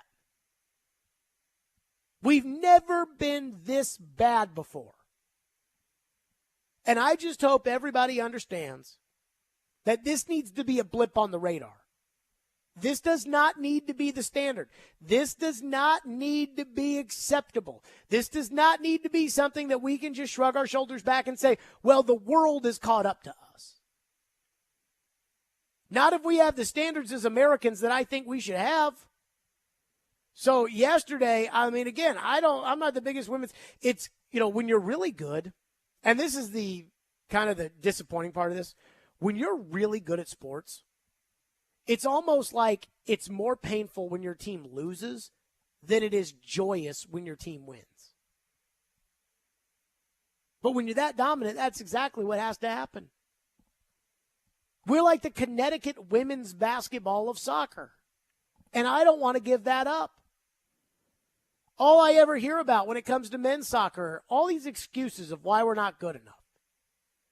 Well, other countries value soccer more than we do, or other countries, they get these kids at like 4 years old and they stick them in these academies, which are basically like laboratories to make them great Brazilian soccer players. And then they go in there and they are great Brazilian soccer players, and we don't do that.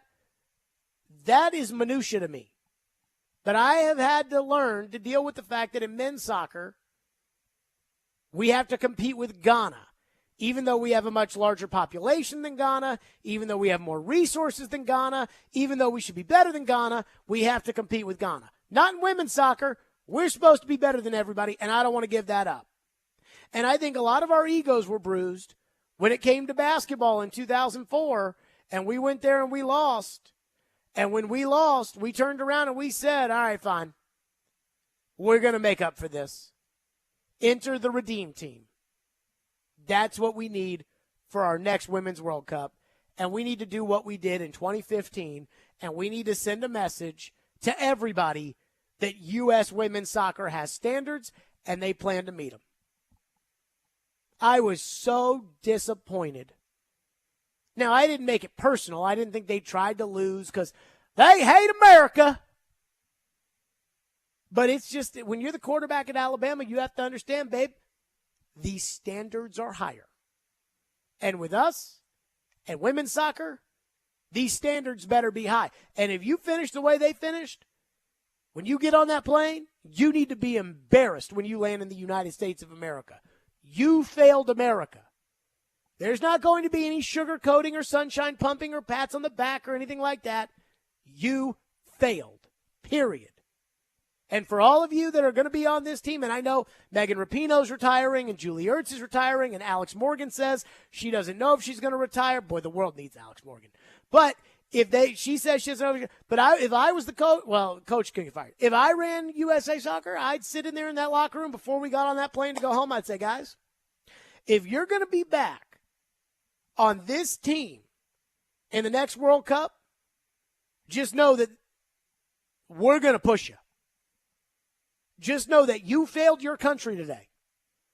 Do not take any solace out of a participation award. You failed, period. Those results were unacceptable, and I'm not going to be nice about it, and I shouldn't have to be. 615-737-1025 is our phone number if you want to weigh in, 615-737-1025. A lot of people want to turn this women's soccer loss into something that it's not, and I think that's kind of embarrassing. And I also think it's kind of anti-American. We'll get to that next. 615-737-1025. Stillman and Company, 102.5, 106 through the game. It's a long summer. But don't worry. Hockey will be back soon. You'll hear every slap shot, save, hit, and of course, knocked down in front, rebound, and a score! On your home for Smashville, 102.5 and 106.3, The Game and the Game Nashville app. Is it October yet? Hear that? That's Jeff Anderson. He's that guy in your neighborhood that's always making improvements to his house, his car, his yard. On your street, it's about keeping up with the Andersons. One thing you don't know is Jeff's tools are from Harbor Freight. Tools at great prices. That circular saw right there, you wouldn't believe the deal he got. Just think, when you're keeping up with the Andersons, you're saving money. Whatever you do, do it for less at Harbor Freight. Real estate investors, get ready for an incredible opportunity. D&M Development is thrilled to announce the Phase 1 presale of 16 non-owner occupied short-term rentals in Nashville's exclusive resort-style community, the New Cumberland. Nestled between Germantown and East Nashville, this exceptional location offers stunning views of the city and the Cumberland River. Each unit features spacious kitchens, 4 bedrooms, and 4 baths, providing the ultimate luxury experience for your guests. Resort-style pools and a wide range of amenities. Don't miss out on this exclusive investment chance. Visit thenewcumberland.com for more information and secure your spot in this extraordinary community. Hang on. It's going to be a wild ride. The PBR team's champions, the Nashville Stampede, are coming home in a run to defend their title.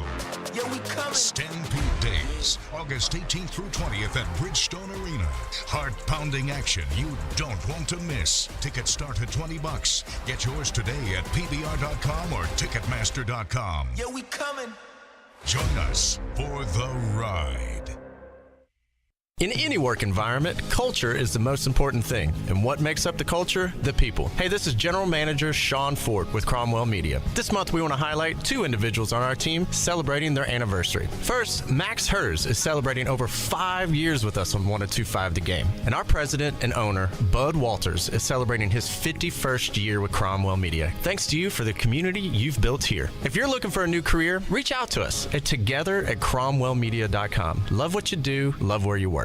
When it comes to Chase McCabe, The Nashville Predators, the Titans, the NBA, college football, talk a little racing. you get a little bit of everything. But hey, you know what?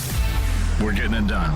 Join Chase McCabe weekday mornings at 9 on 102.5 and 106.3 The Game and the Game Nashville app. You're listening to Stillman and Company on 102.5 and 106.3 The Game and the Game Nashville app. There's just some dark comedy in me missing a penalty in my last game ever. So, yeah. Because I was saying with the smile, I mean, was that just pretty much a message that that's football, that's life, things happen? I mean, that's a sick joke. That's just like, yeah. I mean, that's a sick joke. I can't believe that. I never even hit them over ever when they're saved. So, yeah. I mean, that's just how it goes. There you go. That was Megan Rapinoe yesterday after she kicked the ball over the crossbar that would have basically iced the game. And then the next woman went up there and she shot the ball over the crossbar, and that would have walked the game off, and we lost. Now, there's a lot of people that say that they love America, that they take pride in their country, that they stand for their anthem, that they put their hand over their heart because they love America, and they sing it. And for some reason, a lot of those people yesterday seemed to take a lot of joy out of Team USA's women's soccer team winning, or I should say losing, in the World Cup. And so I'm going to make this as basic as possible. If you root for an American team to lose, that is anti-American, period. Now, you may not like the people who are on the team. I don't like everybody on the Titans team. But if you root for them to lose, or you celebrate them losing, or you or you think it's funny that the player you don't like missed a big penalty kick that cost him, that's un-American. If you take joy out of America losing, that's un-American. And I got so many calls yesterday and calls this morning when I was in for Chase, and texts this morning about, the women's soccer team didn't stand for the anthem 5 years ago, and they deserve what they got. So, because you love America so much, because they were exercising their American rights to free speech because they disagree with you about something, and you don't like it, you're glad that America lost. Do you hear how silly that sounds? It's just crazy talk. It's like these people that say, they fought for equal pay with the men, and this is what they deserve. I'm like, when's the last time you cared about a collective bargaining issue like that? Does anybody think it makes Zach Martin not American because he wants to be paid more by the Dallas Cowboys? People say, well, they brought politics into this. Yeah, and they lost on the soccer field. It's you who's continuing it with politics when you celebrate the fact that the country that you say that you love lost because you don't like their politics. It's really amazing to me. I must have taken 50 or 60 calls yesterday about this, and every single one of them showed politics one way or the other. And it wasn't about their politics. It was about the caller's politics.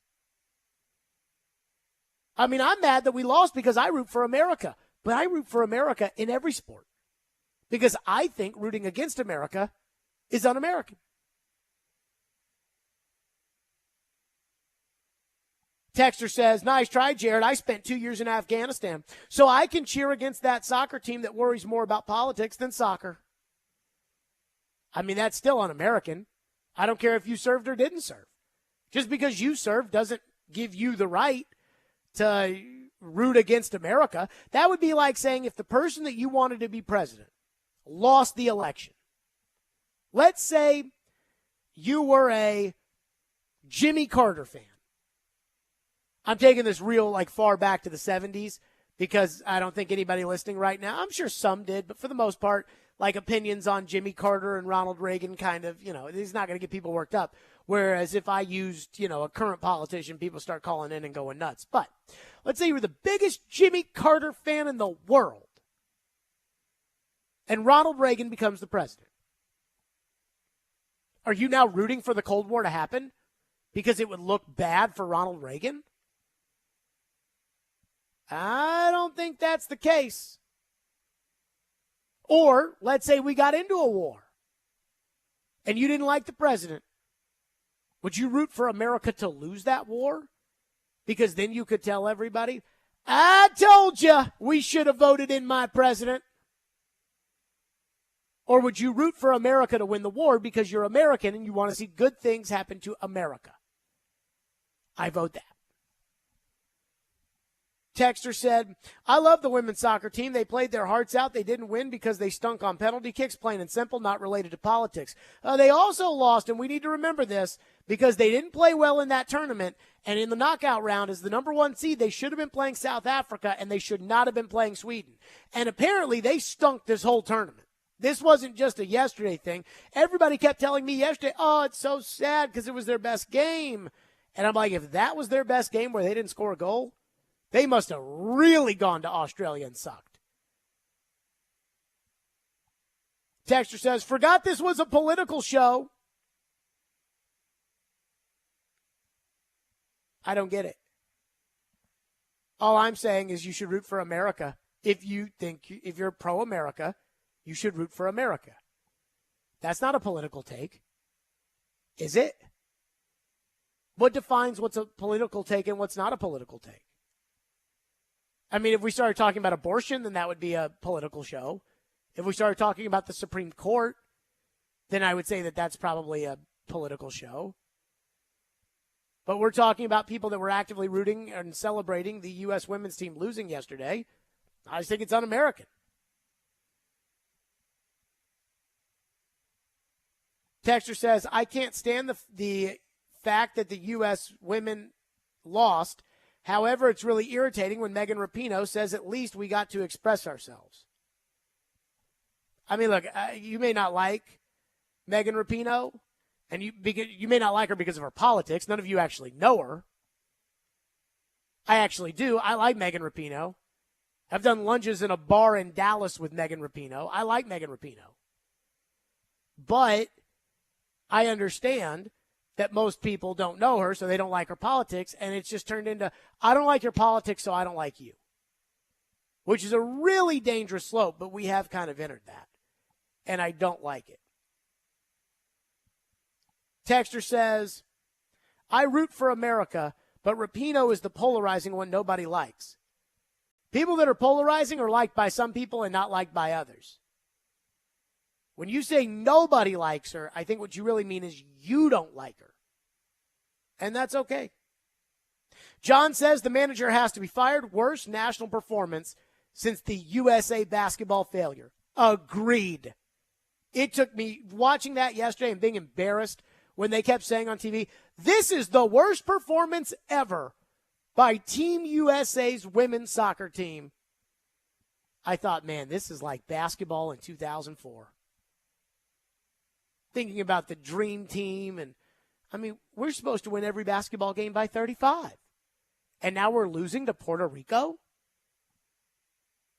I mean, how does Puerto Rico have better basketball players than us? Drives me crazy. Alex from Clarksville says, isn't rooting against a team because of a player on it a form of protest, which is what freedom of speech is about? That's fine. You can exercise your freedom of speech rights. I believe in freedom of speech, which is why if you want to root against them, I'm not saying you should go to jail, and I'm not even saying I hate you. But I'm just claiming the hypocrisy that the reason why you don't like the American team is because you view that you're more American than they are. And if that's the case, then you find yourself rooting against America. And if you're rooting against America, how can you be more pro-American than the people that you're rooting against? Hard for me to understand that one. That's the difference. Ken says what you're saying is, it's okay for someone to kneel during the national anthem. It's okay to kneel during the anthem.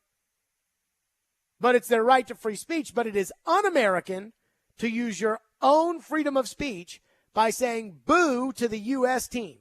Explain. All right, Ken and Waverly, I will explain. It is un-American to root for America to lose. So when you say, per your tweet, boo to the USA team, that is un-American. You are rooting for another country to beat America. How can you say you're pro-America when you're rooting for America to lose? Right? Like if you say that I'm pro the Republican Party, then you want the Republican Party to win. Has anybody ever been, hey, I'm pro this candidate, but I want him to lose? No. If you're pro somebody, you're voting for them. You want them to win. So if you're saying, boo America, that is un-American.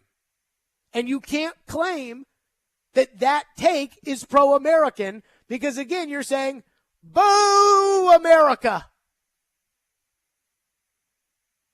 Does that make sense, Ian? I think so. That was laughable to me. Dylan in Antioch's up next. 615-737-1025. What's up, Dylan? Hey, what's up, guys? Yeah, thanks for taking the call. I just wanted to comment on this a little bit. I did watch the whole game the other night. I really couldn't sleep. I was waking up early anyway for the Grand Prix, which is awesome. Thanks for the tickets.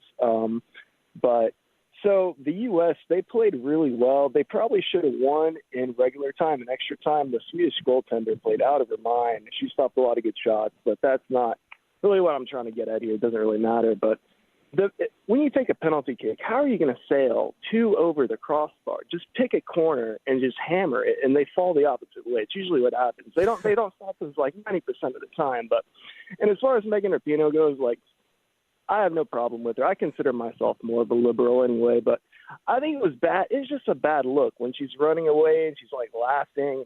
So the reaction that she had to the kick was not good. The body language is kind of what got me, but it was not good. Anyway, yeah, that's all. And also, what was up with that? So I don't know. The ball never crossed the line on Sweden's win. It just kind of like touched it, and they didn't show the replay for like a minute straight. It was just so very Fox. weird. I thought Fox did. Dylan, Yeah. thank you for your call. I thought Fox did a terrible job of showing the replay yesterday. I'm sitting there, and they just show like the ref talking to one of the players, and you could tell that the ref's got like the earpiece in where they're listening to the official call. And I'm like, Fox, show the replay, please. But then once I saw it on like they call it the VAR. But once it's hard for me to argue that the ball didn't go in the net. I mean, it even looks from that side angle like the ball went in the net. So it's hard for me to feel that way. Texter into the text line just says, boo, America. I mean, oh, man. This one makes me laugh. Soccer is the least American sport, so most of us don't care. 615-737-1025 is our phone number if you want to weigh in. Texture says you can be pro-American, but anti an American individual. Sure, that's fine. But you can't root or celebrate the U.S. team losing. That's anti-American. Rooting against America is anti-American. Because, again, when you say boo, you're going for the other side. You're going against it. You're anti. You're anti-American. 615-737-1025. Bunch you want to get into this. I'm sure it's pretty much the same text over and over and over again. So Rand Carthon did an interview over the weekend, and I did not like it. And I'm honestly trying to figure out if it's me or if it's him. We'll get to that next. Stillman and Company, 102.5, 106.3 The Game. We are Nashville's best sports talk, live and local from 6 a.m. to 6 p.m. When you want the national Hey. I got this. I'll take it from here. Okay, go ahead. Dying to hear this. We have the best national voices that you'll find anywhere. Who was more deserving of being thrown from their game? I'm odd, so I get the odd picks. They have a new coaching staff. It's not a bad scenario for them. We are 102.5 and 106.3 The Game. And 94.9 The Fan. ElectronicExpress.com. We make it happen. This year, Boys and Girls Club of Middle Tennessee celebrates its 120th anniversary. Through time, BGCMT continues to evolve to enable all young people, especially those who need us most, to reach their full potential as productive, caring, and responsible leaders. Because of your continued support, BGCMT has remained strong and is committed to supporting our youth and solidifying our mission and culture in new exciting ways for 120 years. Visit bgcmt.org today. When Smashville wants to rock. I tried so hard and got so far, but in the end, it doesn't even matter. Looking to the sky, saving, looking for a sign of life, 'cause it's too cold for you here. We are Nashville's rock station. 102.9 The Buzz. The Electronic Express Summer Clearance event has been extended. Get instant savings in every department, including all appliances, laptops and tablets, smart home, gaming consoles, Bluetooth speakers, and more. At Electronic Express, we have up to 50% off all your home theater needs, including 4K TVs, sound bars, and more. In stock and ready to deliver. Plus, buy now, pay later with up to 60 months special financing. Shop the Summer Clearance event at Electronic Express. We make it happen. Now, your Game Center update. The Tennessee Titans were back on the practice field today as the grind of training camp continues. Head coach Mike Vrabel announced after practice that defensive line coach Terrell Williams will act as the head coach for the first preseason game this Saturday versus Chicago. How good could the defense be for the Titans this season? Safety Kevin Byard after practice today. I feel like we can be just as dominant as any other defense in the league, and I think that has to be the standard. The standard is always going to be the standard. Coach always say, like, he don't necessarily coach the results, but we coach the actions. And every single day, the actions is always try to be to the highest level. Obviously, we're not going to be perfect, but at the end of the day, when we marry our front seven and our front four with that pass rush and that run defense with the things we're doing on the back end, we feel we could be as dominant as anybody. And some other NFL camp news, Houston Texans offensive tackle Titus Howard had surgery on a broken hand and is expected to miss 4 to 6 weeks. Texans rookie quarterback C.J. Stroud will start the preseason opener for Houston on Thursday.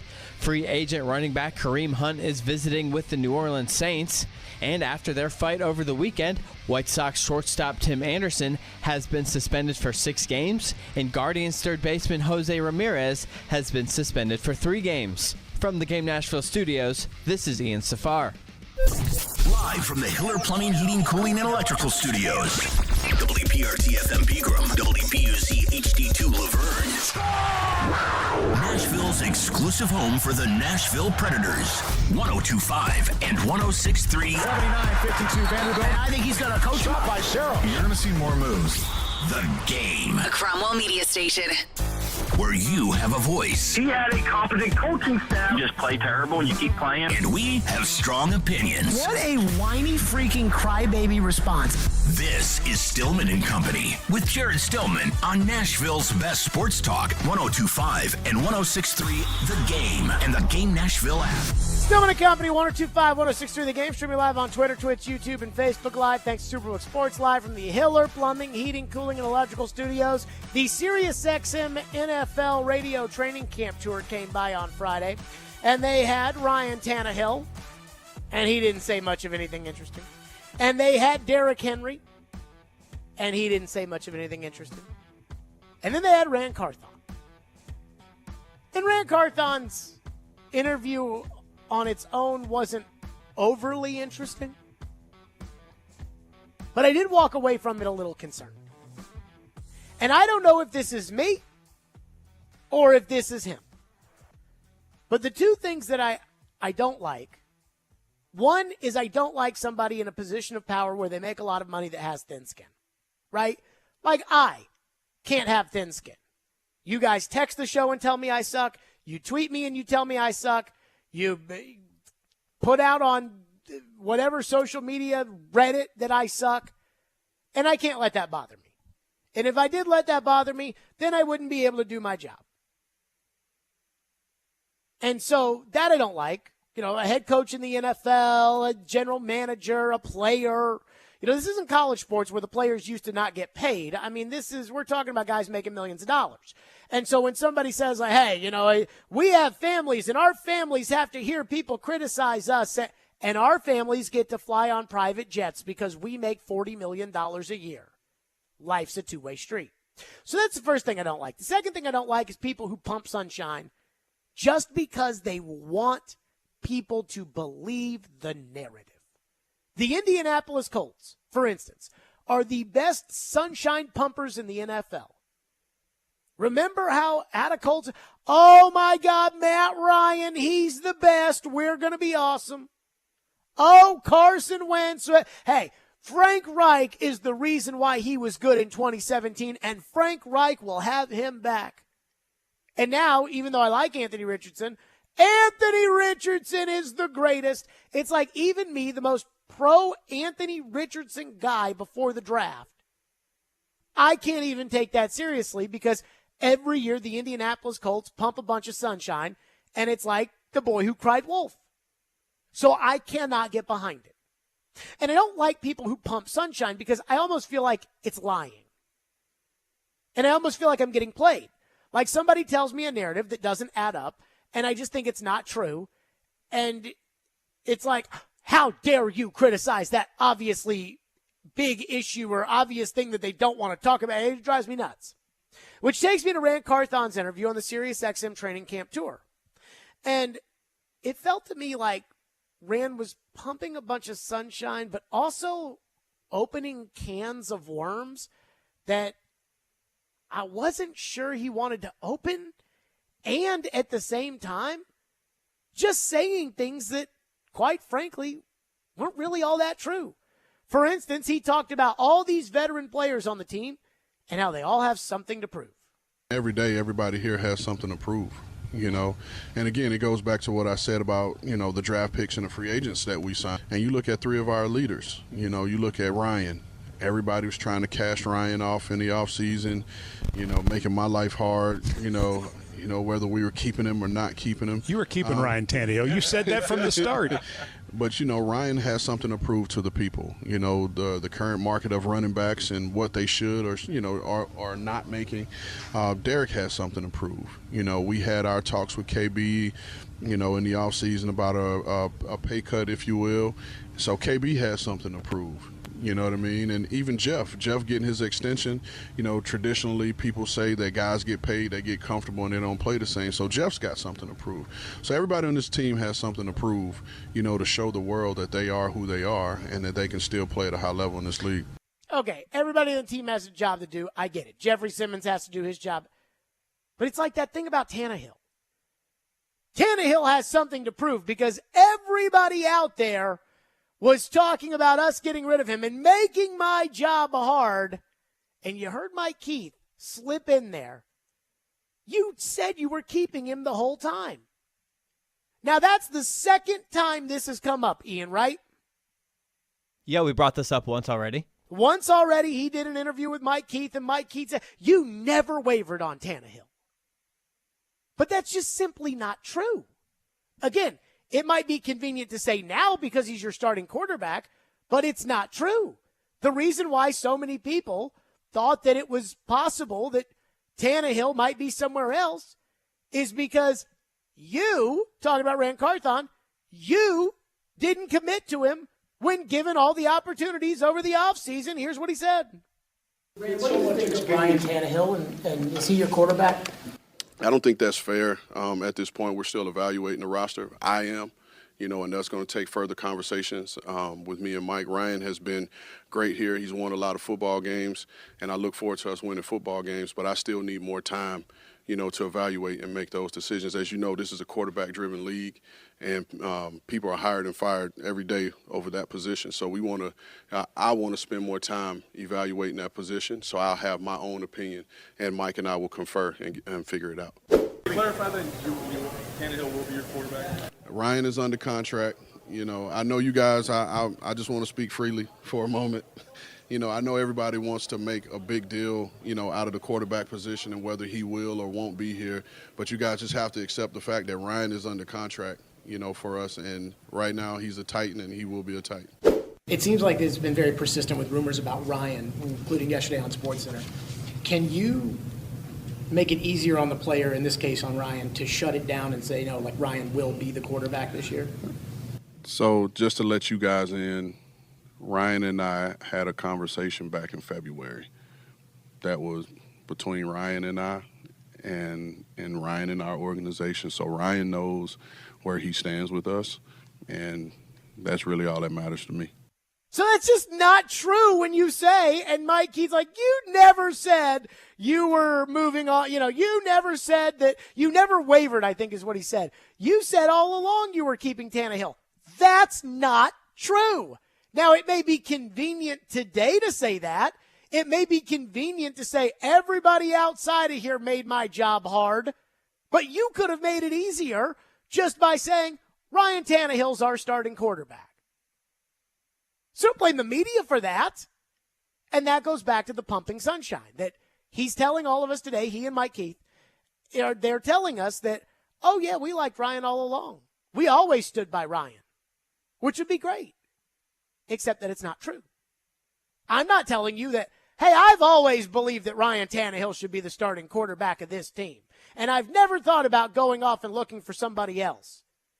Because I spent an entire offseason hoping that Aaron Rodgers would be the quarterback of the Titans. That's what drives me crazy. It's like it makes us feel good in the moment to say that. But I can't get over the fact, and maybe it's like a neurotic sense of, I can't get over the fact that it's just simply not true. And then he was asked about DeAndre Hopkins, and we all remember what happened after the draft when they didn't draft a wide receiver and they didn't sign one in free agency, and they talked about roll the dice, play the board, roll the dice, play the board, roll the dice, play the board. And he talked about this DeAndre Hopkins thing as if, hey, we knew all along. I'm laughing because, we took some heat for not drafting a receiver where, people said we should have. And, we understand that this process, it's never ending and that it's, yes, the draft came and went, but free agency technically is still going because you can sign people as they come. But, a player like Hop, I'm pretty sure every team that had a receiver need wanted to sign him. I'm laughing because everybody gave us a bunch of heat when we went out there with no wide receiver, but we have DeAndre Hopkins. But is that really what happened? I know it's worked out, but is that really what happened? Did you know that DeAndre Hopkins was going to be available and that you were going to get DeAndre Hopkins? Did you know that nobody else in the league that had a better quarterback than you or had a better place to live than you or played in a more famous market than you, that they weren't going to have a need for DeAndre Hopkins or have a want for DeAndre Hopkins or have another coach who had coached DeAndre Hopkins and wanted it? It doesn't have to be about the narrative, right? This is what drove me crazy about the Predators for so long, is that there was always a narrative. Everything had an excuse to it. And for a long time, everybody accepted the excuses. And then you guys got mad at me because I'd call out the excuses. oh, the puck didn't bounce our way, or, oh, we got more shots than the other team, or, oh, well, this guy was hurt, or, oh, well, COVID, or, oh, well, it's not our fault that Ellie Tolvanen can't score goals here. There was always some sort of narrative to it. Remember when David Poyle went on the Midday Show last year, and he said that it's the player's fault for why the team was losing and not John Hines' fault? Even though when he fired when he fired Peter Laviolette and he hired John Hines, he was asked directly by Joe at the press conference, like, what would you say about someone that blames the player instead of the coach to get the best out of the player? And David Boyle, I mean, that's his job. I guess it wasn't John Hines' job. Not when the narrative is not convenient. And it drives me crazy. That's why I like Barry Trotz so much. Because when I talk to Barry Trotz, Barry tells you straight up, guys, we might not be very good this year. And I need you to be patient with me. And this is the process we're going, and this is what I like, and this is cool. Shoot me straight. That's fine. I know not all news is good news. I know when I go to the doctor, there's a chance the doctor's going to come back, and they're going to tell me something that I don't want to hear. But it's okay, because I prefer that. And then when it comes to this Rand Carthon stuff, it's like he just says whatever in that moment he feels is either what people want to hear or what makes him look better or what's applicable to, hey, this will make me look, let's blame these people. Let's blame that. Let's do. And I'm like, dude, stop doing that. It's okay to tell the truth. It's okay to be honest. It's okay to, not make everything about some narrative that's going to win a headline on Twitter. And I asked the question at the beginning of this, like maybe it's just me that doesn't like that, but gosh, it just gets right up my craw. Maybe it's my fault. Maybe it's Jared, and I know that I haven't looked at the text line, but I'm sure there's a lot of what's he supposed to say is in there. I mean, he doesn't have to say something that is just like blatantly not true. Or he doesn't have to take a victory lap on signing DeAndre Hopkins when everybody got mad during the draft process and free agency that they weren't addressing wide receiver. He doesn't have to get up there and say, see, I told you so. I told you so. And yet, it just kind of felt like that's something that he really wants to do or something that he really cares about. And I just don't, maybe it's me, in all seriousness. Like, maybe I'm reading too much into this, or I am so afraid of getting played or being lied to or being fed false bullcrap. Maybe it's me. With Vrabel, it reminds me after the draft, when Rand Carthon got mad and told everybody that they were being too negative. Remember? Hey, this might be the best day of these kids' lives. And about 5 minutes later, Vrabel out of nowhere just shot down and said, if this is the best night of your life, you probably didn't have a very good NFL career. Because even Vrabel couldn't take the sunshine pumping anymore. It's like, dude, let's just get back to the way things were. Let's just tell it like it is. It's okay. Not everything has to be perfect in Titanland all the time. Not everything has to have a narrative to it. And the more force-fed narratives of, I never made it open-ended that we wouldn't keep Ryan Tannehill. The more those come out, the harder it is to believe other things. 615-737-1025. We have loaded texts on this, so we'll get to those. 615-737-1025. Plus, there is something else that I couldn't even believe that he said. I mean, I was a little shocked by it. We'll get to that next. Stillman and Company, 615-737.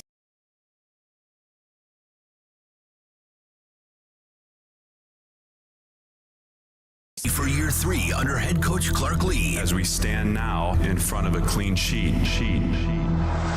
Our goal is postseason play. And we are your home for all of the action. Touchdown, Vandy. The doors on the board. Vandy, 24-21, your final. Vanderbilt football lives on 102.5 and 106.3 The Game and the Game Nashville app. When the game goes into overtime. But the game goes into overtime. The choice to enjoy is easy. Bud Light. Easy to drink, easy to enjoy. Pick up Bud Light at your local convenience store today. Enjoy responsibly. Anheuser-Busch Bud Light Beer, St. Louis, Missouri. Caroline Fenton here for our friends at Superbook Sports. Football season is right around the corner. I can't wait, and now is the time to place your preseason bets with Superbook in Tennessee. Superbook is the most trusted name in Vegas, and now you can use promo code Caroline, Caroline, to score up to $250 with their first bet bonus. Win or lose, they'll match your first bet up to $250 with promo code Caroline. Will Tennessee win the division this year? Who is your pick for MVP? And which team will win it all in February? Don't sit on the sidelines. Win money this season with Superbook Sports. All you got to do is simply download the Superbook Tennessee app or visit superbook.com to place your wager today. Football, a $250 first bet bonus, and the Caroline promo code will make you do your own touchdown dance this season with Superbook Sports. Visit superbook.com for terms and conditions. Gambling problem? Call 1-800-889-9789. If you're hiring, it can feel like you're trying to find a needle in a haystack. You can hope the right person comes along, or you can just use ZipRecruiter. And now you can try it for free at ZipRecruiter.com/radio. In fact, ZipRecruiter has helped a lot of business owners find their needle in a haystack, like Marco, president of operations at Telly Tires and Auto Centers. Because Telly Tires has grown a lot in the last few years, Marco needed to hire everyone from a receptionist to a store manager to a head mechanic. ZipRecruiter helps me find all the right people, even the most difficult jobs to fill. ZipRecruiter helps me keep my business running. Take it from Marco and millions of other businesses who've used ZipRecruiter. ZipRecruiter can help you find the needle in the haystack.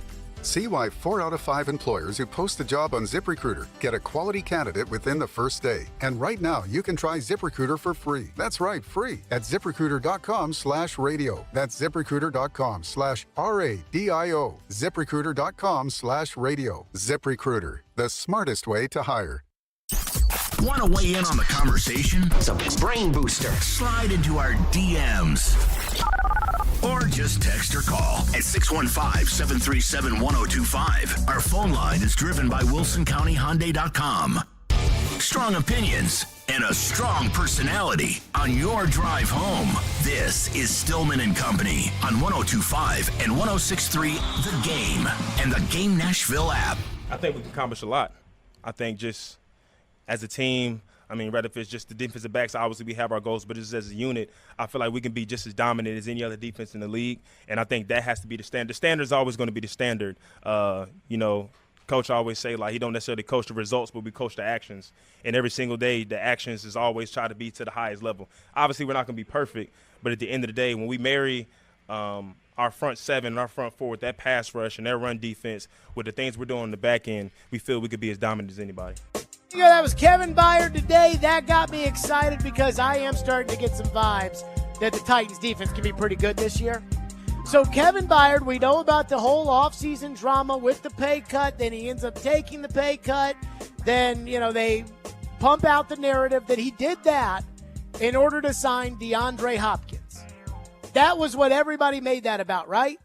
Like, he took the pay cut so they could sign DeAndre Hopkins. In fact, Rand Carthon said after the Kevin Byard took the pay cut that they did it because he was a great teammate and so they could sign Hop. Play that cut. I think KB is the consummate pro. You guys know KB, better than I have because you've been around him a lot longer.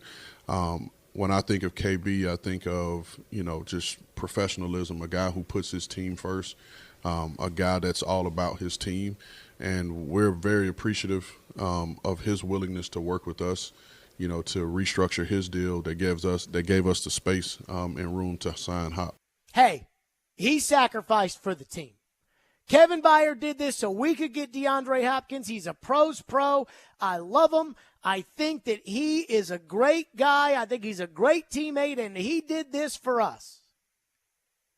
But is that true? Because that was 2 weeks ago. This was Friday on the SiriusXM NFL radio tour with Rand Carthon talking about Kevin Byard taking a pay cut. You know, we had our talks with KB, you know, in the offseason about a pay cut, if you will. So KB has something to prove. Oh! So it wasn't so you could sign DeAndre Hopkins, right? I mean, those seem, Ian backed me up on it, those seem like two different narratives. I mean, it seems like it. The more, you know, when you feel like a player has something to prove, it's almost like, you know, someone's going up, you know, I wouldn't say betting against you, but kind of giving you some doubt in your game.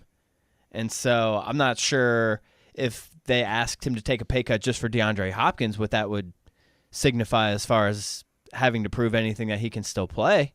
Well, I mean, if he took the pay cut because of DeAndre Hopkins, if the Titans went to Kevin Byard and they said, hey, we need you to take this pay cut so we can get DeAndre Hopkins, which we know isn't true because they asked him to take the pay cut before DeAndre was an option. But again, just for narrative's sake, let's believe that narrative 2 weeks ago, that Kevin Byard stepped up for the team and sacrificed for DeAndre Hopkins. Let's just say that that's true, okay? Then he wouldn't have anything to prove. I mean, he wouldn't have anything to prove to anybody. I wouldn't think so. Done it because he is selfless and wants the team to win. And that's what goes back to the narratives. You know, with Rand Carthon, your words matter when you're the general manager. So when he says everybody was making my job hard by talking about Ryan, but we never wavered, or Mike Keith says over and over again, you said the whole time he was your quarterback. Well, that's just not true. And I know it, and you know it, and Tannehill knows it. But maybe it makes him feel better to say it. I don't know. Then when it comes to Byard, the narrative was he took the pay cut because he's a great guy. He's a selfless leader. He's a great teammate. And now 2 weeks later, it's, yeah, we asked him to take a pay cut. So he's got something to prove to us. And when you look at the reality of Byard's contract and the fact that he took a $3 million pay cut and that money was moved to next year, which makes it infinitely more likely that they'll cut him. But if he has a great season and they don't want to lose Kevin Byard, then he'll end up making that money back. That is the definition of he has something to prove. That is we don't think you're a $14 million safety. I think Kevin Byard coming into all of this on the executives' top 50 poll or whatever, top 10 poll, he was the 7th best safety, according to the league's executives, coaches, players on ESPN. He was paid like the 9th best safety. Now, I don't know after the $3 million pay cut, I don't know where Kevin Byard sits, but it's clearly not 9th. So what they're telling you when they go up to Kevin Byard and they say, hey, man, we need you to take a $3 million pay cut because you've got something to prove, they're saying we don't think you're the 9th best safety in this league, which is fine if you don't feel that way. But then don't turn around 2 weeks ago and say, no, he did this because he's a good teammate. And that's where I go back to these narratives, which are, it's like he's trying to win the narrative battle every time. And I just don't, I'm trying to figure out, like, some people have texted in and talked about, this is just coach talk. I mean, I'm not necessarily sure that the GM can do the same coach talk of the coach. The coach is, hey, we're working hard every day and we just put our heads down and the GM, it's more of a big picture kind of thing, more of a philosophy kind of thing, I asked Howie Roseman at the Super Bowl.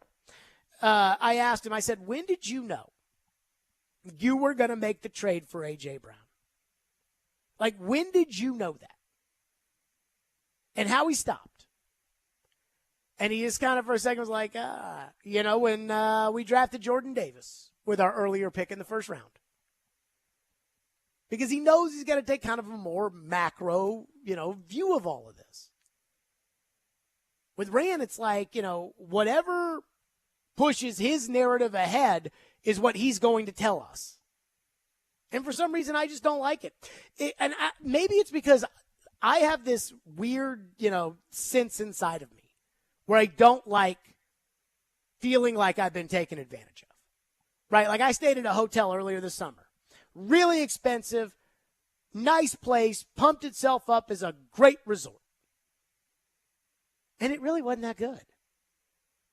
And it made me miserable because I felt like I was being taken advantage of.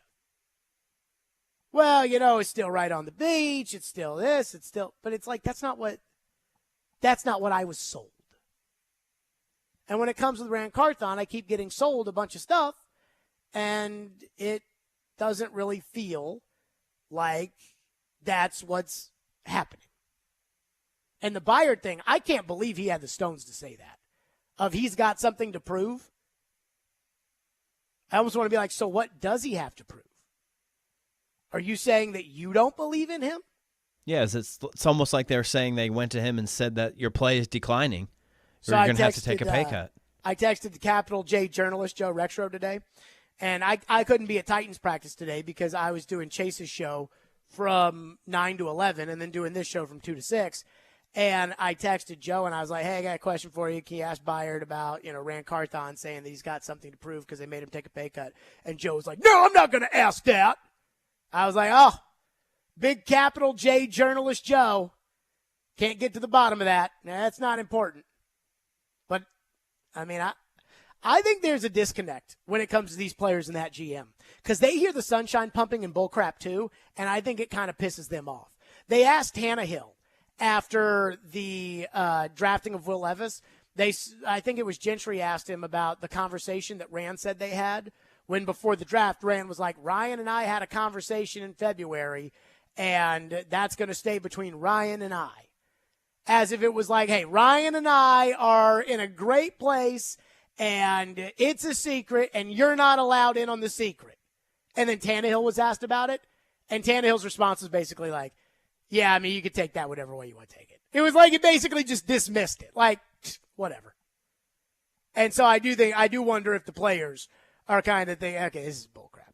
615-737-1025 is our phone number, 615-737-1025. We'll get to your phones because we haven't gotten any of those. Plus, he said something about the rookie class that, I just couldn't believe. We'll get to it next. Stillman and Company, 1025, 1063 The Game. All the big plays. And we are done. Vandy 24-21. All the big stories. I'm sure Vandy will be a much better team if Clark Lee is the coach. All in one place. We are Nashville's best sports talk. 1025 and 1063. What a stop by UC Sarah. Then he wouldn't end up on my team. Driving his way to victory lane. I think that's the right strategy.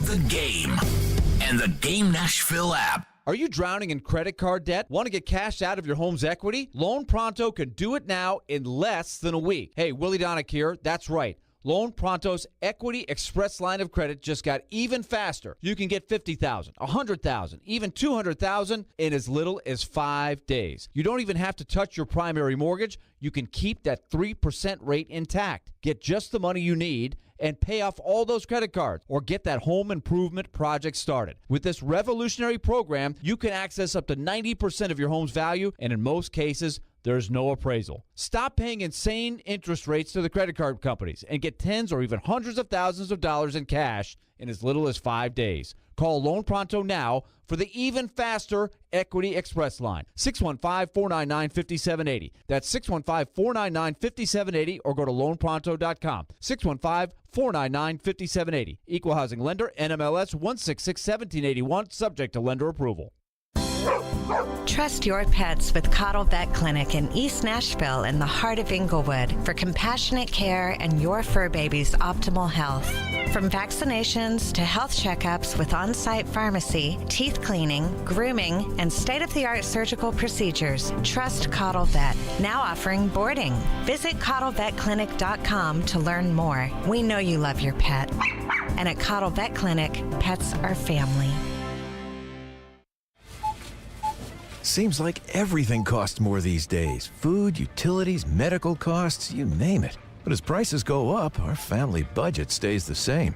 Fortunately, with Farm Bureau Health Plan's Core Choice coverage, we can save $3,600 a year compared to the leading competitor. And we've got better coverage with a lower premium, lower deductible, free telehealth visits, and access to one of the largest networks available. Start saving today at FBHP.com or visit your local Farm Bureau office. Get in zone, AutoZone. Welcome to AutoZone. What are you working on today? Thinking about gas mileage. You know, changing your oil with a full synthetic oil like Pennzoil Platinum can help your engine get more miles. Right now, you can get 5 quarts with an STP Extended Life Oil Filter for only $35.99. Get started on your next job today with the parts you need when you need them at AutoZone or AutoZone.com. Get in zone, AutoZone. Restrictions apply. Hey, you. Yeah, you. This is your dentist. Do me a favor and feel the front of your teeth. How grimy are they? Ugh. It's time for a Crest Pro Health reality checkup. That grime is the buildup of plaque bacteria that can cause cavities in just months.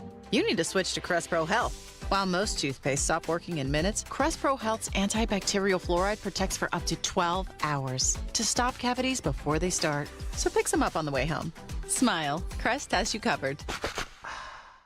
Green right, Fox 2 run, double catch. He takes you inside the huddle through the eyes of a quarterback. Wide 85, take! Catch ESPN NFL analyst Tim Hasselbeck every Tuesday at noon as he breaks down the big stories in the NFL. Buffalo, maybe Miami. And with the Tennessee Titans. The Titans might be like, we're interested in a 1-year, $1 million contract. Tim Hasselbeck is on Caroline, Willie, and D-Mace on 102.5 and 106.3 The Game and the Game Nashville app.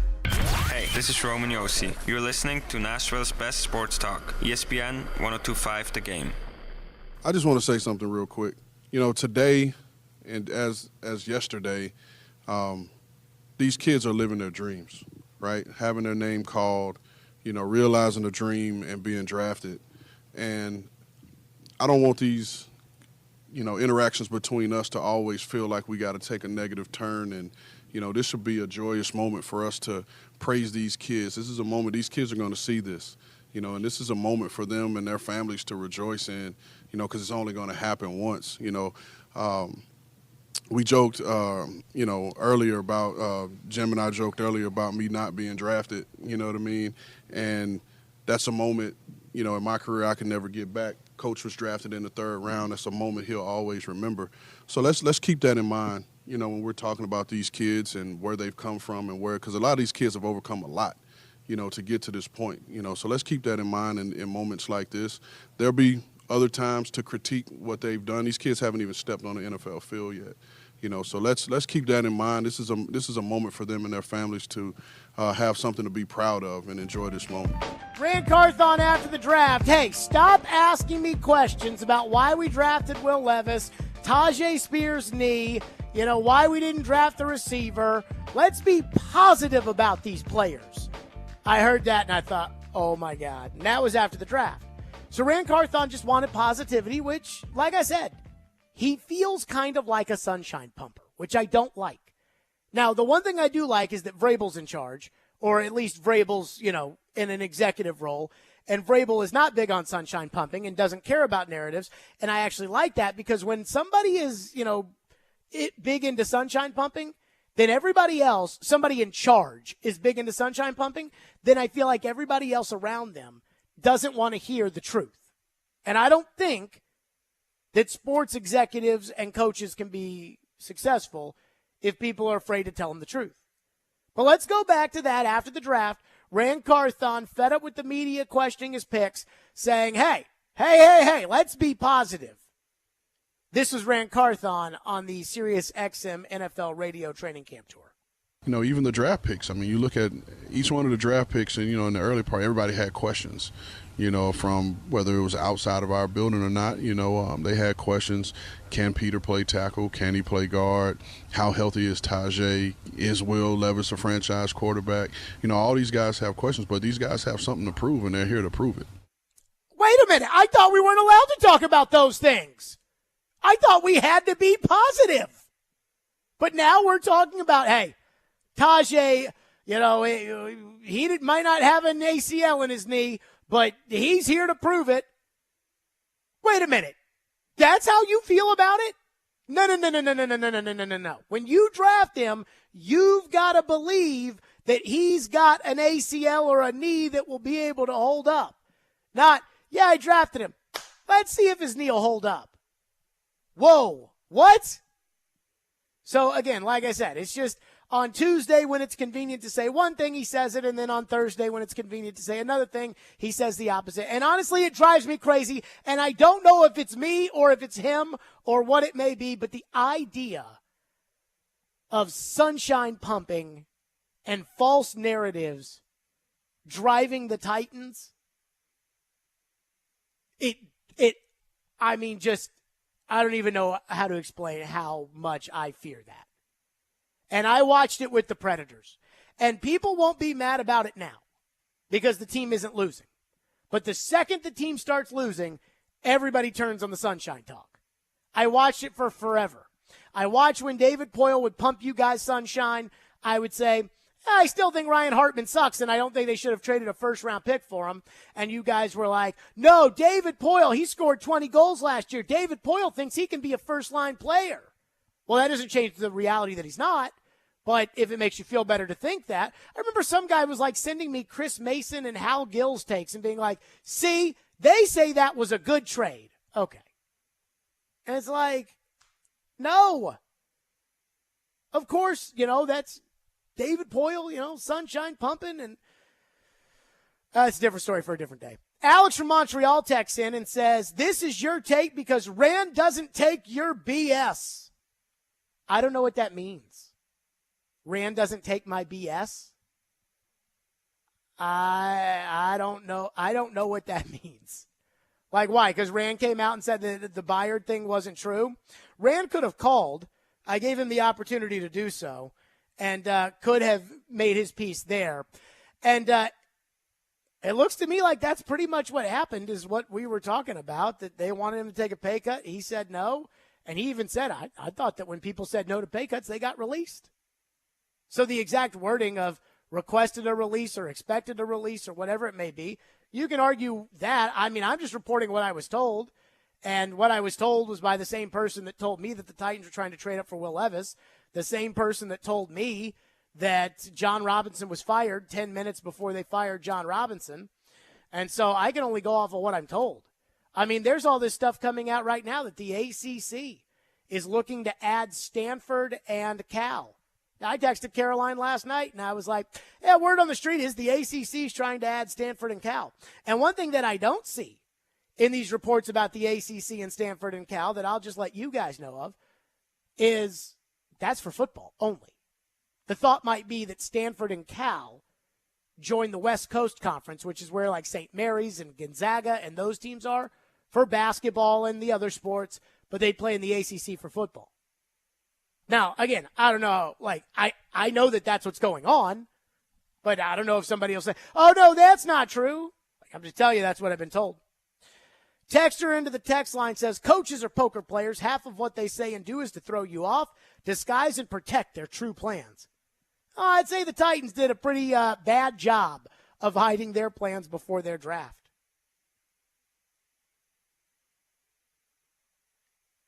Texter says, you're right, Rand Carthon seems like he's been blowing sunshine, and you can tell him that Matt said that. Oh, that makes you feel better, Matt. Jacob says, I think you're blowing this out of proportion. I think Rand told the media after the draft that these guys just had the best day of their lives. Let them enjoy it for a few days. Now, since they're part of the team, it's time to work and assess how they have and will develop. I don't understand. So we're not allowed to question after they get drafted, but we are allowed to question 3 months after they drafted. I mean, if I came out right now, like I have an unpopular take about the draft that I'm sure people get really mad about. I do not think that Tajay Spears might end up being a good player, but I don't think the Titans should have drafted him in the third round. I think the Titans have a player on their team named Jonathan Ward, who I'm sure is making like the league minimum, that if Tajay Spears is just going to be a third down back, Jonathan Ward is perfectly fine at doing those things and taking the spot of Dontrell Hilliard. Again, I believe he was undrafted, but you claimed him and signed him at the end of last year, and he's making probably league minimum. And right now in training camp, and I'm not saying Spears is a bad player, because I actually think Ward is a pretty good player. And so, I mean, I kind of feel like, but again, You used a third-round pick on Tajay Spears. That's where you're supposed to draft the really important players. And if you end up having a guy that's an undrafted free agent who's making league minimum that can do maybe a little bit worse than that guy, but, can do the same things, that's a bad draft choice. So Tajay Spears better take the ball, run up the middle, and go show me that, hey, he can be more than just a third down back. And I should be allowed to say that whenever I want. But if I say that right now, people will say, they haven't even played a preseason game. And that's because people don't want to hear that. And again, that's why I like this show. And I've noticed this about everything in life. There are people that search for information, and there are people that search for affirmation. People that search for affirmation only want to hear things that make them feel better about their own opinions. That's affirmation. Information is people that want to hear the truth.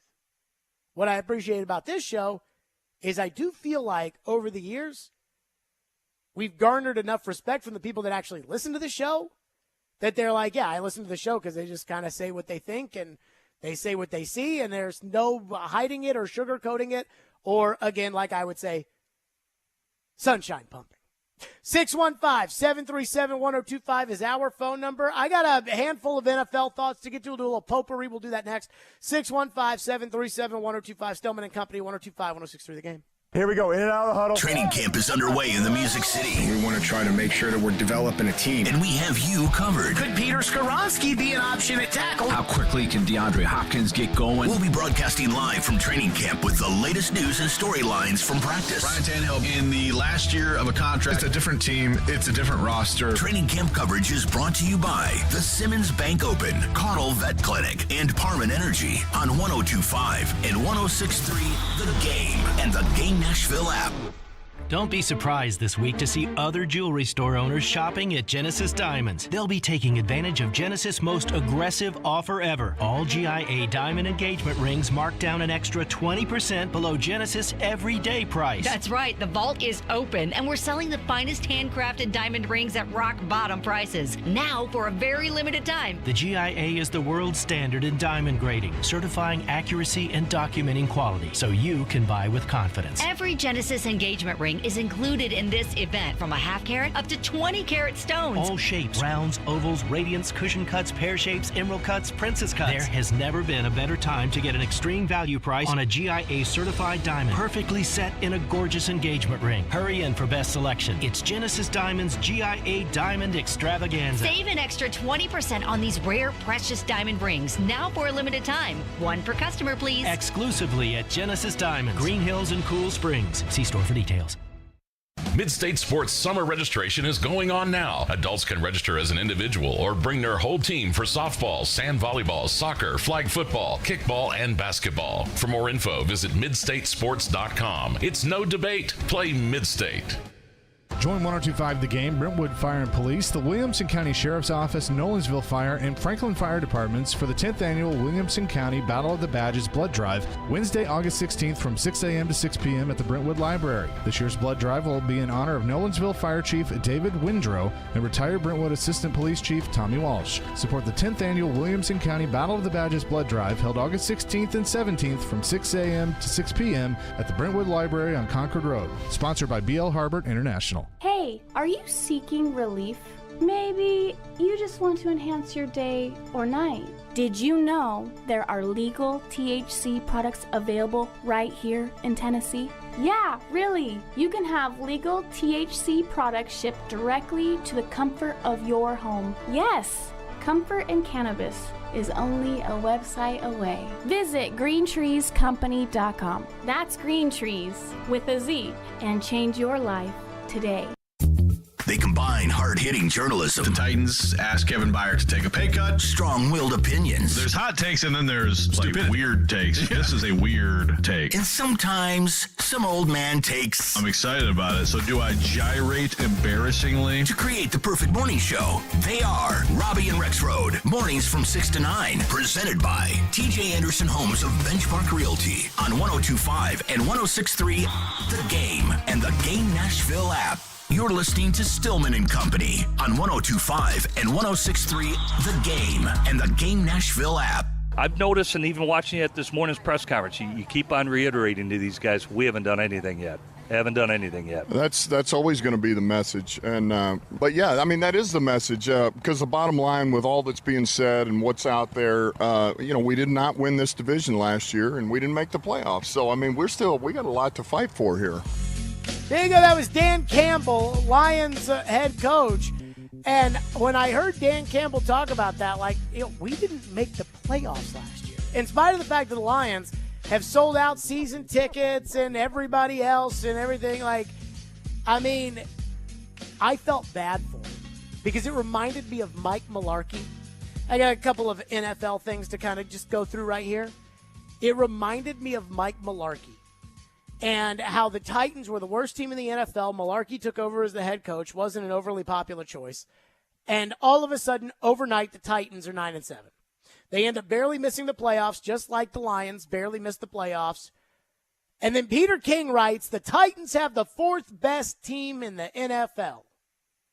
And all of a sudden, training camp, DeMarco Murray and Mike Mularkey and Marcus Mariota, and they're all at the podium, and they're like, yeah, we haven't done anything yet. We have to do the work here. We haven't done anything yet. But the fans' expectations were so high, just off the groupthink that said the Titans are going to be good now, that when the Titans ended up making the playoffs, winning a playoff game and beating the beating the Chiefs and losing to the Patriots, everybody was still mad. Honestly, I'd never seen anything like it. I've never seen a coach get fired after winning a playoff game before. And I'm not saying Dan Campbell's going to have the same fate because Dan Campbell, I believe, was hired by this owner and this general manager and, whatever. But the expectations are unreasonably high for the Lions. They play Kansas City week 1 on the opener. That Thursday night game that's really like a Sunday night game. They still didn't make the playoffs last year. And everyone's just getting carried away. Again, the Lions have sold out season tickets. Their fans are so desperate for them to celebrate a winner that they're like, yeah, we think this might be a winner. And here's the funny part about Jared Goff. I like Jared Goff. But Jared Goff is still their quarterback. So last year, what did they finish? 9-8, something like that. And they barely missed the playoffs. Well, you do know that Jared Goff is still a 9-8 quarterback. Even though you may like the pick of Jahmyr Gibbs or whatever. He's still a 9-8. Jared Goff is not a force multiplier. He's not Mahomes. He's not Allen. He's not Burrow. He's not Rodgers. He's not any of those guys. So maybe slow your roll down on the Lions. Texter into the text line.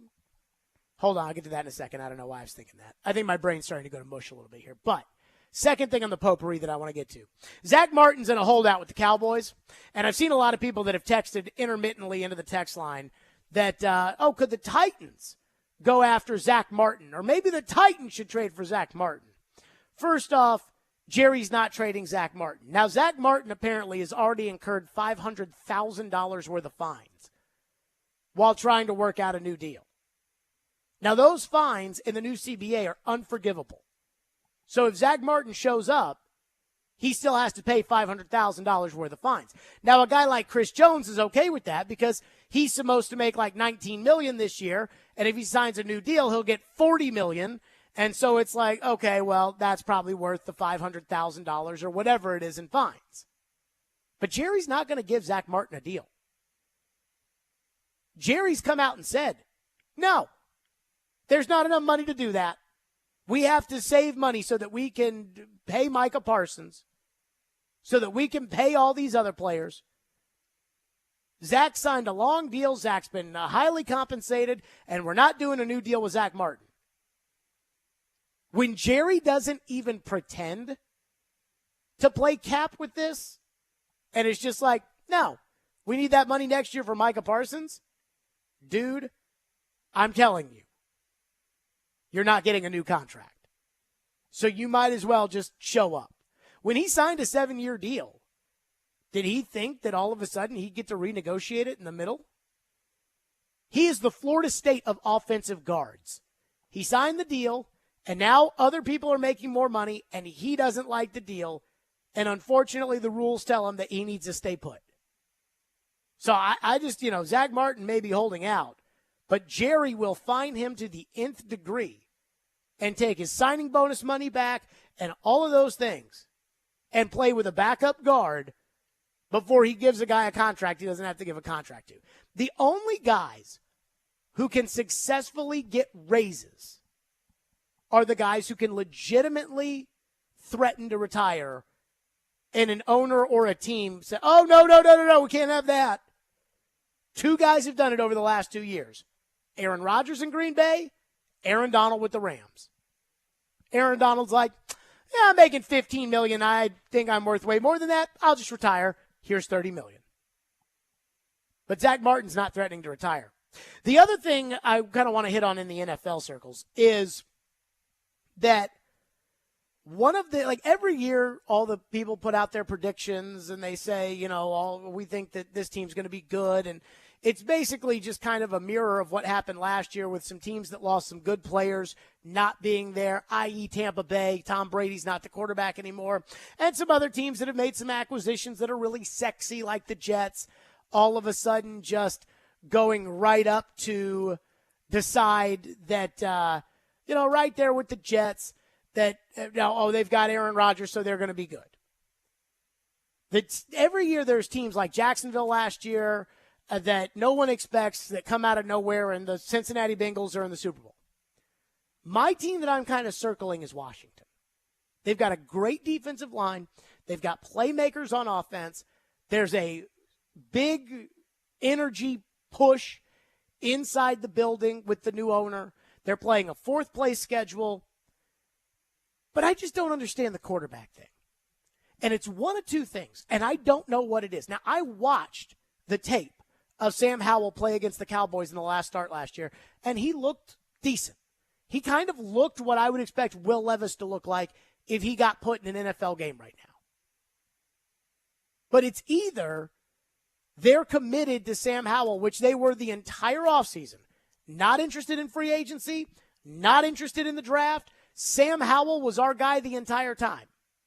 And it's for one of two reasons. Either they saw in practice last year that Sam Howell is the man. Like, he is just the bee's knees, and we see it every day in practice, and we've got to get this guy a jersey. Or, they think they'll be okay, but instead of spending free agent money and going after a starting quarterback and paying Derek Carr $100 million, or instead of using a high draft choice on a quarterback, so now, hey, we traded up for Anthony Richardson, and we used all these draft picks in order to get up to number 3, so now we're stuck with him. Let's keep the deck clear so that when the new owner comes in, the new owner can decide who he wants. And I think it's one of those two things, and I don't know which one it is. But if it is the, hey, man, we saw it every day in practice, we think Sam Howell is the man, then Washington is my surprise team to look out for. I'm just saying. 615-737-1025. The other item on the potpourri that I put on the grid before the show started but has since broken since we've been on the air, I'm being told that the ACC is interested in Stanford and Cal. Now, I haven't seen this reported yet because I think Pete Thamel broke the news at like 2:06. But I've been told that the ACC looks at Stanford and Cal and thinks, let's do football with them. And then if they want, and they don't want to send their volleyball team all the way out to Miami, then they can play in the West Coast Conference for those sports, and they can play in the ACC for football. And I think that those would be pretty good additions. I think it would be a good landing spot for Stanford and Cal, and I think it would solidify the ACC. Plus, all these regional stuff, it's all bullcrap anyways. I mean, we have a conference right now where Utah plays in the same conference with West Virginia. So, who cares? 615-737-1025, bunch of phones, 615-737-1025. But Mike Vrabel made a shocking announcement today at practice, and it does have me worried. We'll get to that next. Stillman and Company, 102.5, 106.3 The Game. He knows the ins and outs of the Titans and isn't afraid to give his opinion. Traylon Burks needs a massive offseason. He's Jonathan Hutton of Outkick. I don't see how they make a move without going to Ryan Tannehill. Catch him every Monday at 10:30 on Chase McCabe and every Wednesday at noon on Caroline, Willie, and D-Mace. Hutton is on 102.5 and 106.3 The Game and the Game Nashville app. ElectronicExpress.com. We make it happen.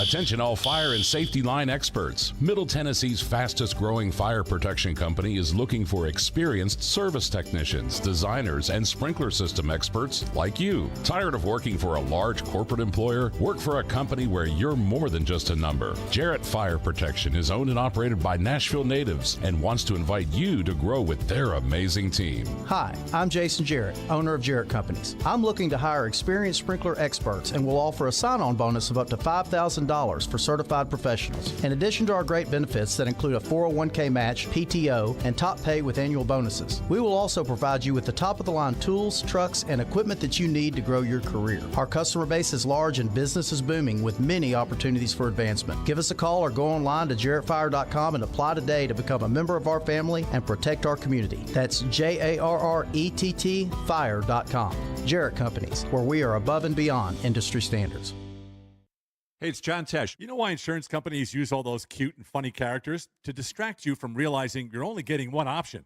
If you want to compare prices, you're forced to visit multiple websites just to get one quote at a time. But not with Zander Insurance, because they work for you. Zander is a broker that shops dozens of top companies to find the best competitive rates for the coverage you need, and they keep reviewing your policy every year to make sure you're getting the best value. They're always available to answer questions, handle problems, and make sure that when it comes to insurance, your life is simple and hassle-free. You even have direct access to their senior management team. If your current company or agent doesn't do this much for you, let Zander Insurance help. Compare rates online at Zander.com or call 800-356-1780 for that personal touch. When Zander works for you, you're going to see the difference. Again, that's 800-356-1780. 1780, or you can visit Zander.com with no characters needed. Now, your Game Center update. The Tennessee Titans were back on the practice field today as the grind of training camp continues. Head coach Mike Vrabel announced after practice that defensive line coach Terrell Williams will act as the head coach for the first preseason game this Saturday versus Chicago. How good could the defense be for the Titans this season? Safety Kevin Byard after practice today. I feel like we can be just as dominant as any other defense in the league, and I think that has to be the standard. The standard is always going to be the standard. Coach always say, like, he don't necessarily coach the results, but we coach the actions. And every single day, the actions is always try to be to the highest level. Obviously, we're not going to be perfect, but at the end of the day, when we marry our front seven and our front four with that pass rush and their run defense with the things we're doing on the back end, we feel we could be as dominant as anybody. And some other NFL camp news, Houston Texans offensive tackle Titus Howard had surgery on a broken hand and is expected to miss 4 to 6 weeks. Texans rookie quarterback C.J. Stroud will start the preseason opener for Houston on Thursday. Free agent running back Kareem Hunt is visiting with the New Orleans Saints. And after their fight over the weekend, White Sox shortstop Tim Anderson has been suspended for 6 games, and Guardians third baseman Jose Ramirez has been suspended for 3 games. From the Game Nashville studios, this is Ian Safar. Live from the Hiller Plumbing, Heating, Cooling, and Electrical Studios. WPRT FM Pegram, WPUC HD2 Laverne. Ross Chastain will be first to finish in the Ally 500 at Nashville Super Speedway. Nashville's exclusive home for NASCAR. 102.5 and 106.3. Checkered flag is in the air. Man, this is a win in the cup race. The Game. A Cromwell media station. Where you have a voice. He had a competent coaching staff. You just play terrible and you keep playing. And we have strong opinions. What a whiny freaking crybaby response. This is Stillman and Company with Jared Stillman on Nashville's best sports talk, 102.5 and 106.3 The Game and the Game Nashville app. Stillman and Company, 102.5, 106.3 The Game, streaming live on Twitter, Twitch, YouTube, and Facebook Live, thanks to Superbook Sports, live from the Hiller Plumbing, Heating, Cooling, and Electrical Studios. I was listening to the midday show today. I was sitting down in between radio shifts doing Chase's show and this show today. And Mike Vrabel hit the podium, and I had my headphones on inside of Whole Foods where I was sitting down eating something from their little, basically cafeteria that they have in there, which is right next to my house. So I was like, let's do that.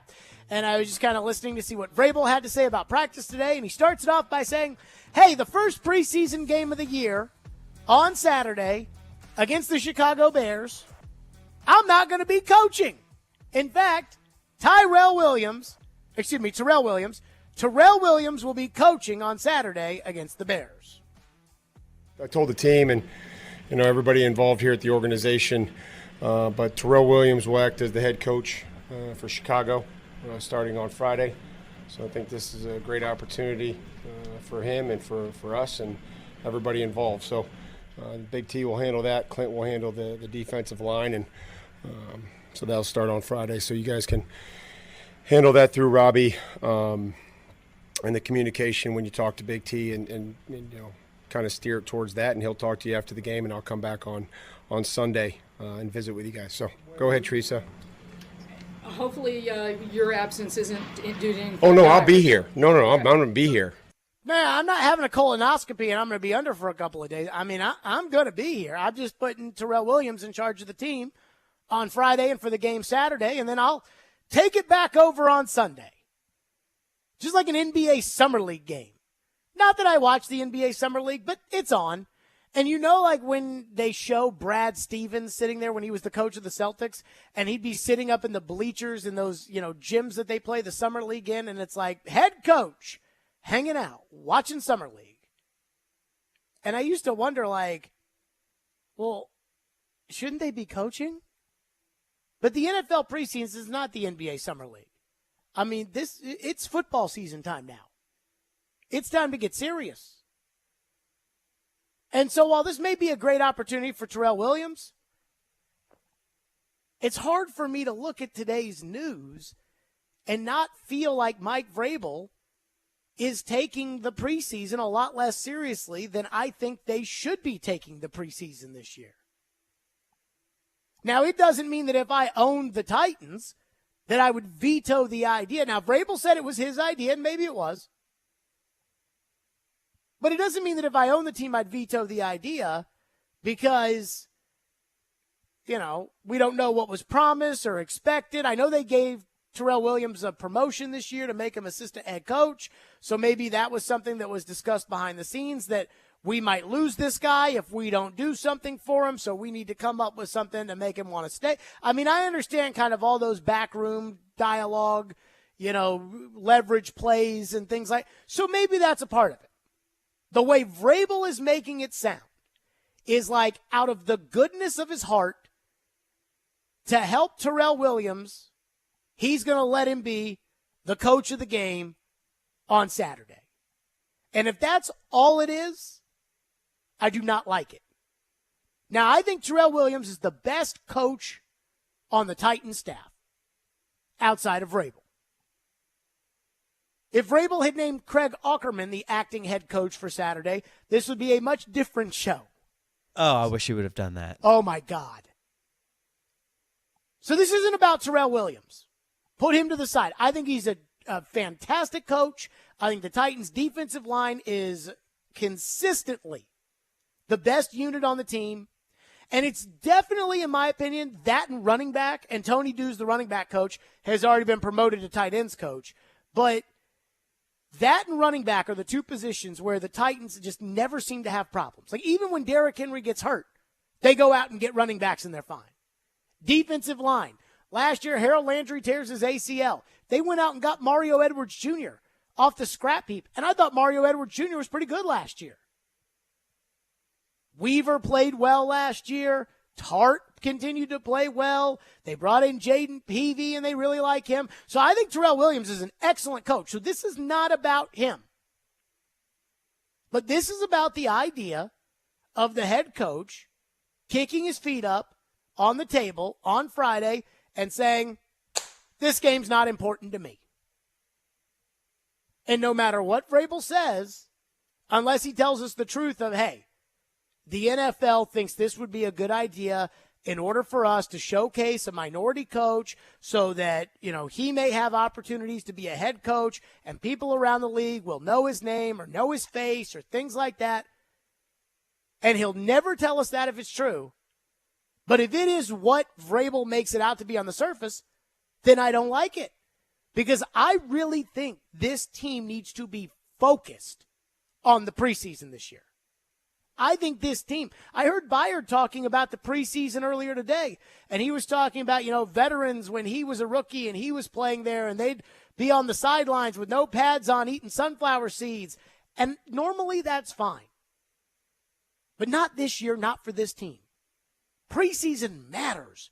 The early part of the season matters. That's not a gimme week 1 at New Orleans.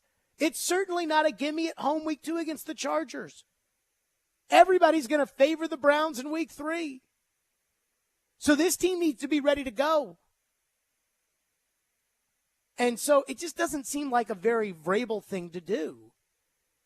To take a preseason game and treat it the way a lot of you fans treat the preseason, which is, I don't care about the preseason. That's not Vrabel. The Vrabel that we know is every second that you breathe air on the football field is a second for you to get better. And if you don't get better by breathing the air on this football field, then you're hurting the team. So just on the surface of it, Vrabel handing off the duties of coaching, I think is bad. Because I think it sends the wrong message to the team and the organization about just how important the entire preseason is. Just how important I think starting fast is for this team. Could you imagine asking a question at a press conference if Vrabel was up there and saying, Mike, do you care about these preseason games at all? Now, let me just state, when I tell you that I do care about the preseason this year and that I want to see real players, especially that offensive line, I want to see real players playing in the preseason. But that doesn't mean that I care whether or not the Titans win or lose the game, because I don't. But as far as, do you care about how the guys perform when they're out there? Hell yeah, you should care about that. I care about it. How many opportunities do you get to practice football? How many opportunities do you get to hit a quarterback? How many times does your offensive line in training camp, OTAs, scrimmages, when you play the Vikings, you're not allowed to hit Kirk Cousins. So this is, these are live bullets. The end result may not determine whether or not you make the playoffs, but the preparation does. And so if you were to ask Vrabel at the podium, Mike, do you think the preseason matters at all? You know he'd give you a long, detailed answer about just how important the preseason is, or he'd get incredibly grumpy and just go, yes. And you know that's what he would do. So again, if this is something where the NFL has asked the Titans, hey, is there a minority coach on the staff who you think has head coach potential that you want the league to know about so that we can do this, so that every year when people get mad at us for not hiring more minority coaches, we can say that we've done more than just the Rooney Rule, which currently really isn't working? Well, that's a different discussion, because the league is giving the Titans hundreds of millions of dollars for the stadium, and they're going to be bringing a Super Bowl here. So that's why you have to go to London. That's why a lot of teams have to do hard knocks. Favors for the league. Remember when the Arizona Cardinals were on Hard Knocks in season? You think people really want cameras around all the time? By the way, where was the Super Bowl this past year? Oh, that's right. So if it's them doing a favor, then that's one thing. If Terrell Williams went to Vrabel and said, hey, man, I'm thinking about hanging it up. I've been coaching for a while, and I've made enough money, and I just feel like this is time for me, and I feel like I'm not going to have the opportunity to be a head coach, so I'm thinking about hanging it up. And Vrabel said, well, in order to keep you, because you're a great coach, we're going to do this special thing where we make you the head coach for the first preseason game, and that'll get you the exposure, and that'll be, big newsworthy stuff. This is a national TV game on the NFL Network. Your face will be all over that broadcast. Coaches will know about you. Executives will know about you. Owners will know about you.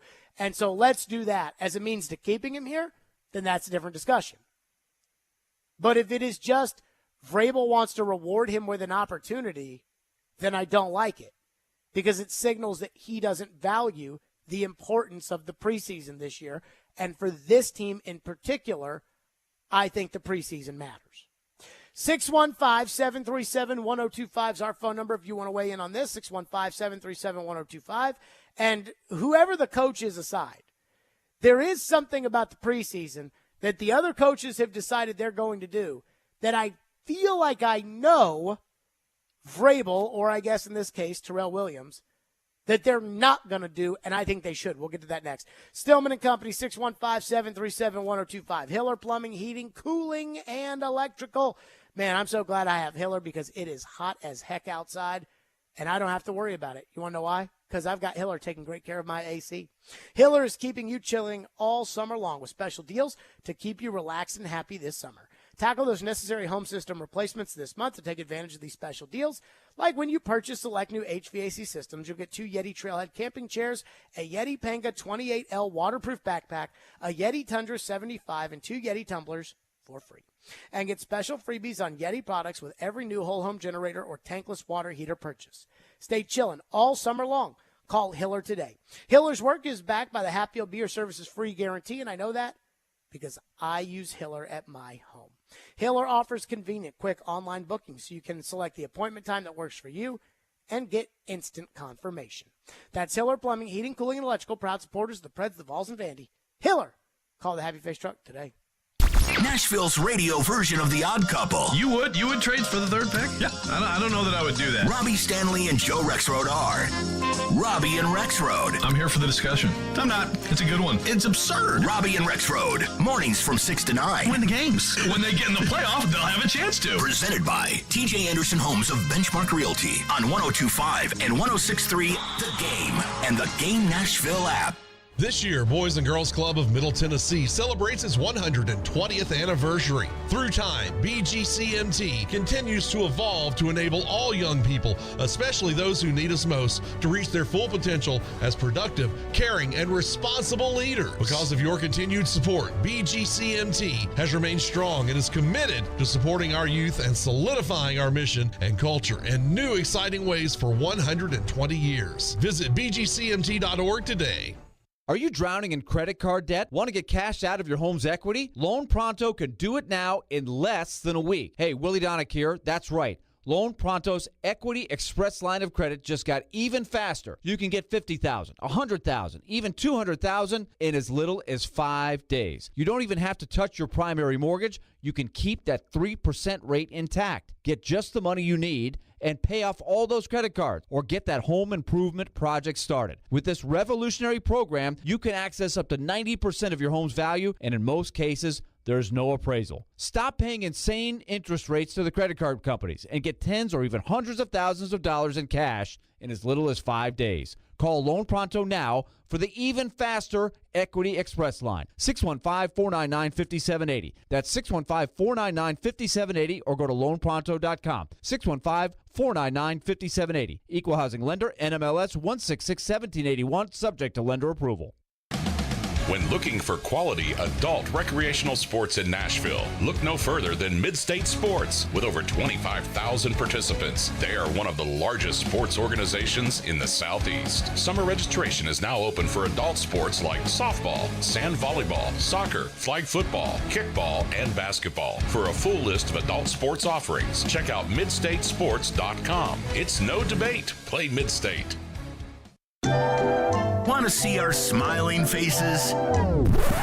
You can watch us on Twitch, Twitter, YouTube, and Facebook Live. We are good to go. Presented by Superbook Sports, voted #1 sportsbook in Vegas. Strong opinions and a strong personality on your drive home. This is Stillman and Company on 102.5 and 106.3 The Game and the Game Nashville app. You scream, gotta go, Malik, twice, and he doesn't get a playoff when the play clock's dwindling. What's the disconnect there?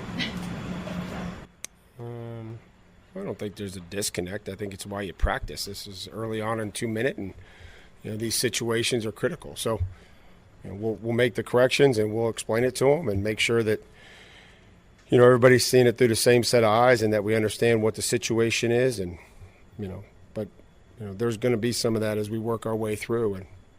And would we like every 2 minute drive to go down there and kick a 30-yarder? Sure, we would. But sometimes that doesn't happen. And I think the more that you expose them to these situations that aren't scripted, those are great opportunities to learn. And then if we don't, come back and get it the next time, then we'll have to, figure out why. But now it's first exposure at that situation, and I'm sure it'll be much better the next time. What are we going to do? They made a mistake in practice. Vrabel's like, yeah, that's why we practice. That's the whole point of these opportunities and these reps and everything else. And that takes me to the preseason. So Vrabel was asked today about playing time in the preseason game between Willis and Levis. And I think that's what he was asked about. And he was like, well, you'd have to talk to Coach T about that, Terrell Williams. You're going to have to talk to him about it because he's going to be the one coaching. But you and I both know that Vrabel's going to decide how much people play. Now, I believe Mike Vrabel is going to leave the varsity team alone for the preseason. We've talked about the varsity team many a times. Tannehill, Henry, Byard, Simmons, Landry, Autry, Arden Key, Azeez Al-Shire, Sean Murphy-Bunting, Christian Fulton, Traylon Burks, Chig Okonkwo, and DeAndre Hopkins. And I could argue that Roger McCreary is probably a part of the varsity team too. So Vrabel has not played a starter in the preseason since 2019. Now, 2020 didn't have a preseason because of the pandemic.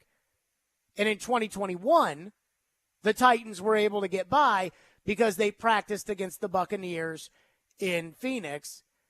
And in last year, the Titans practiced with the Buccaneers here and then practiced one day with the Arizona Cardinals. And I think what they do is they build in these scrimmages and they say, okay, well, Tannehill got enough work in the 2 games, so he doesn't need, in the 2 days of practice, so he doesn't need to play in the preseason. And I think the biggest reason why Tannehill and Henry and Byard and those guys traditionally don't play in the preseason games anymore is because everybody is scared to death of somebody getting hurt, which is, in fact, something that we should be worried about. But as Bill Belichick used to tell Floyd, when Tom Brady would run drills with his right hand and players would be swatting at the ball as he tried to protect it, with the fear the old man had that somebody might break Brady's hand, was can't practice scared. Can't play football scared. And in 2019, Mike Vrabel played his starters in the preseason. Now, he did not play them in the 4th game. And if you remember, the 4th game traditionally was the let's play everybody who's going to be on the streets next week, and let's make sure nobody gets hurt. The 3rd game used to be the dress rehearsal. First game, offense would go out there and they'd get some snaps. Second game, they'd play a little bit more, maybe into the second quarter. Third game, they'd play a half. When I was younger, they'd play into the second half. But third game, they'll play a half. Fourth game, nobody plays. But now nobody plays in the preseason anymore, but some teams are bringing it back. Doug Peterson came out today, and he said the starters for Jacksonville, they're going to play 1 to 2 series this week in the preseason opener against the Cowboys. Sean Payton has come out and said his starters are going to play in the preseason. And he was asked about, well, what about Russell Wilson? Sean Payton was like, Russell is a starter on this team, right? So Sean Payton's playing his starters. See, I care about the preseason this year. And maybe it's because each of the last 2 years, I haven't been happy with the starts I feel like the Titans have been getting onto. And I think that a lack of practice sometimes is a big issue with that. And I went back to 2019. Because I know Vrabel probably doesn't want to play Tannehill, and he doesn't want to play Burks, and he doesn't want to play Hopkins, and he doesn't want to play Byard, and he doesn't want to play Simmons.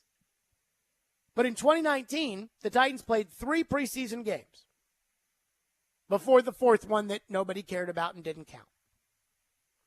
Mariota played 11 snaps in game 1 against Philadelphia. Tannehill, by the way, played a lot more snaps, but we would expect that because Tannehill was the backup. Mariota played 11 snaps in game 1 against Philadelphia, 18 snaps in game 2 against New England, by the way, coming off of 2 days of joint practices with the Patriots. And then he played in 7 snaps on Sunday Night Football against the Steelers in a game in which the Steelers absolutely obliterated him, and Vrabel took him out of the game because he didn't want to get him hurt. I mean, that was just a freaking bludgeoning in that Steeler-Titans game. I think Tannehill should play a certain amount of snaps this preseason. I'd probably play Tannehill a series on Saturday, and then I'd take him out. I'd probably play Derrick Henry in the 2nd preseason game at Minnesota. I'd probably give him 2 or 3 carries. Just get in there, get hit a little bit. Good job. All right. We'll see you at joint practices against the Patriots. And I would absolutely not play Derrick Henry in that last preseason game against New England. But I'd put the guys out there. I mean, I think it's important for this team to get a little preseason time. And the last 2 years, since Vrabel has completely gone away from the preseason, it's not like that's really helped keep them healthy. It's not like all of a sudden the Titans haven't had injuries over the last 2 years because they haven't played in the preseason games. Not that I think there's a direct correlation, but you could argue that maybe that's what's contributed to the injuries over the last 2 years, is the idea the only way that you get in football shape is by playing football. And Vrabel doesn't let them play football until it's time to do it for real. I saw Sean McVay came out. Now, he has been kind of the trendsetter for I'm not playing my starters in the preseason no matter what. And Sean McVay has decided he's going to play his starters in the preseason. So I don't think Vrabel will say anything. And he's not even coaching the game on Saturday, which, again, I don't like. But I would play the starters in the preseason.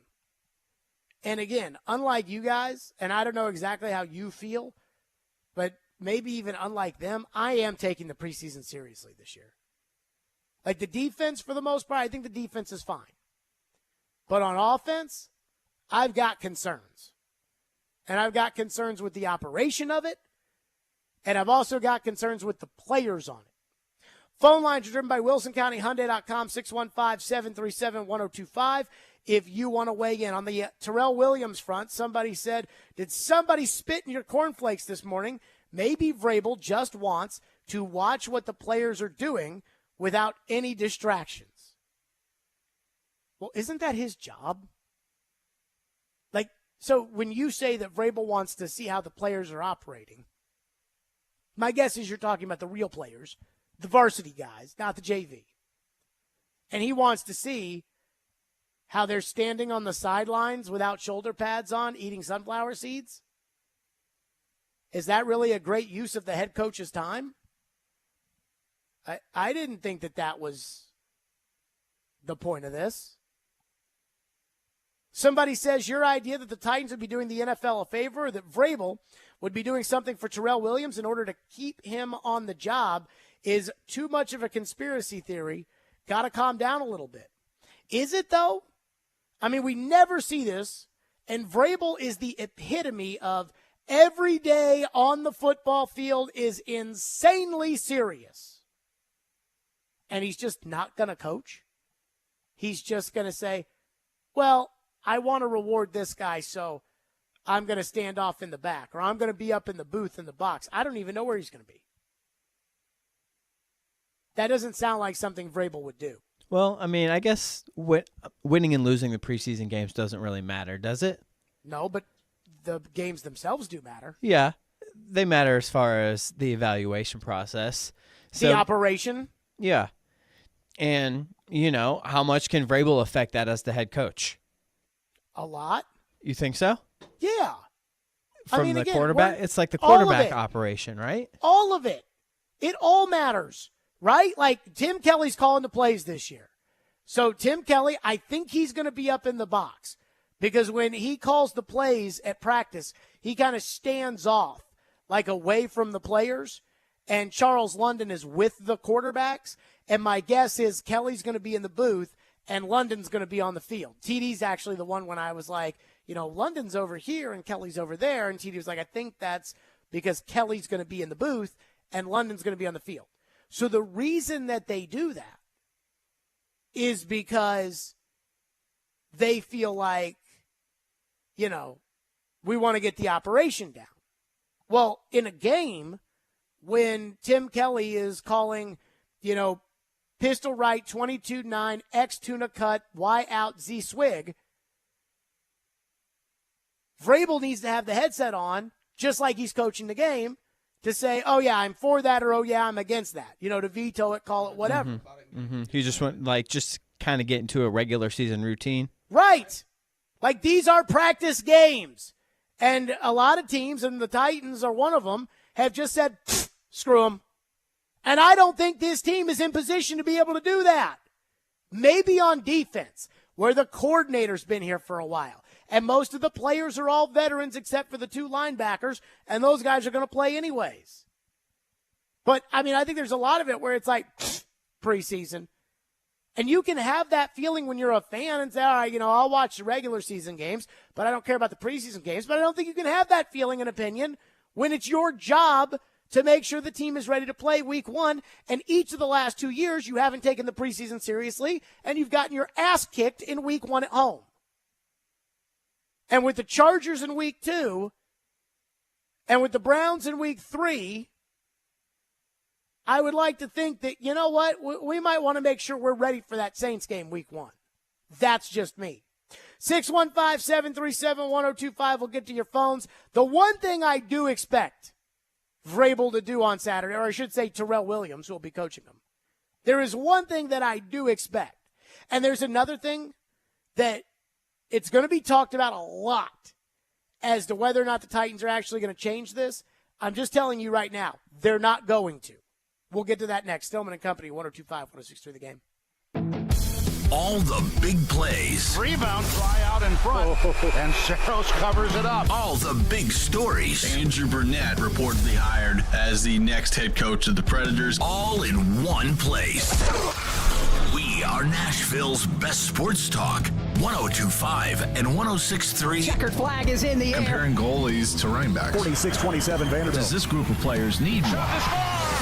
The Game and the Game Nashville app. Calling all Nashville Sounds baseball fans. You know that 312 Pizza Company in Germantown is the best place to be before or after a Sounds game, but this season, it gets even better. Stop by 312 Pizza Company before or after any Nashville Sounds home game with your day of ticket and get a free old-style beer. That's right, you get a free old-style beer from 312 Pizza just for watching Sounds baseball, only redeemable with purchase. See you at 312 Pizza Company all baseball season long. 312 Pizza Company, a proud sponsor of your Nashville Sounds.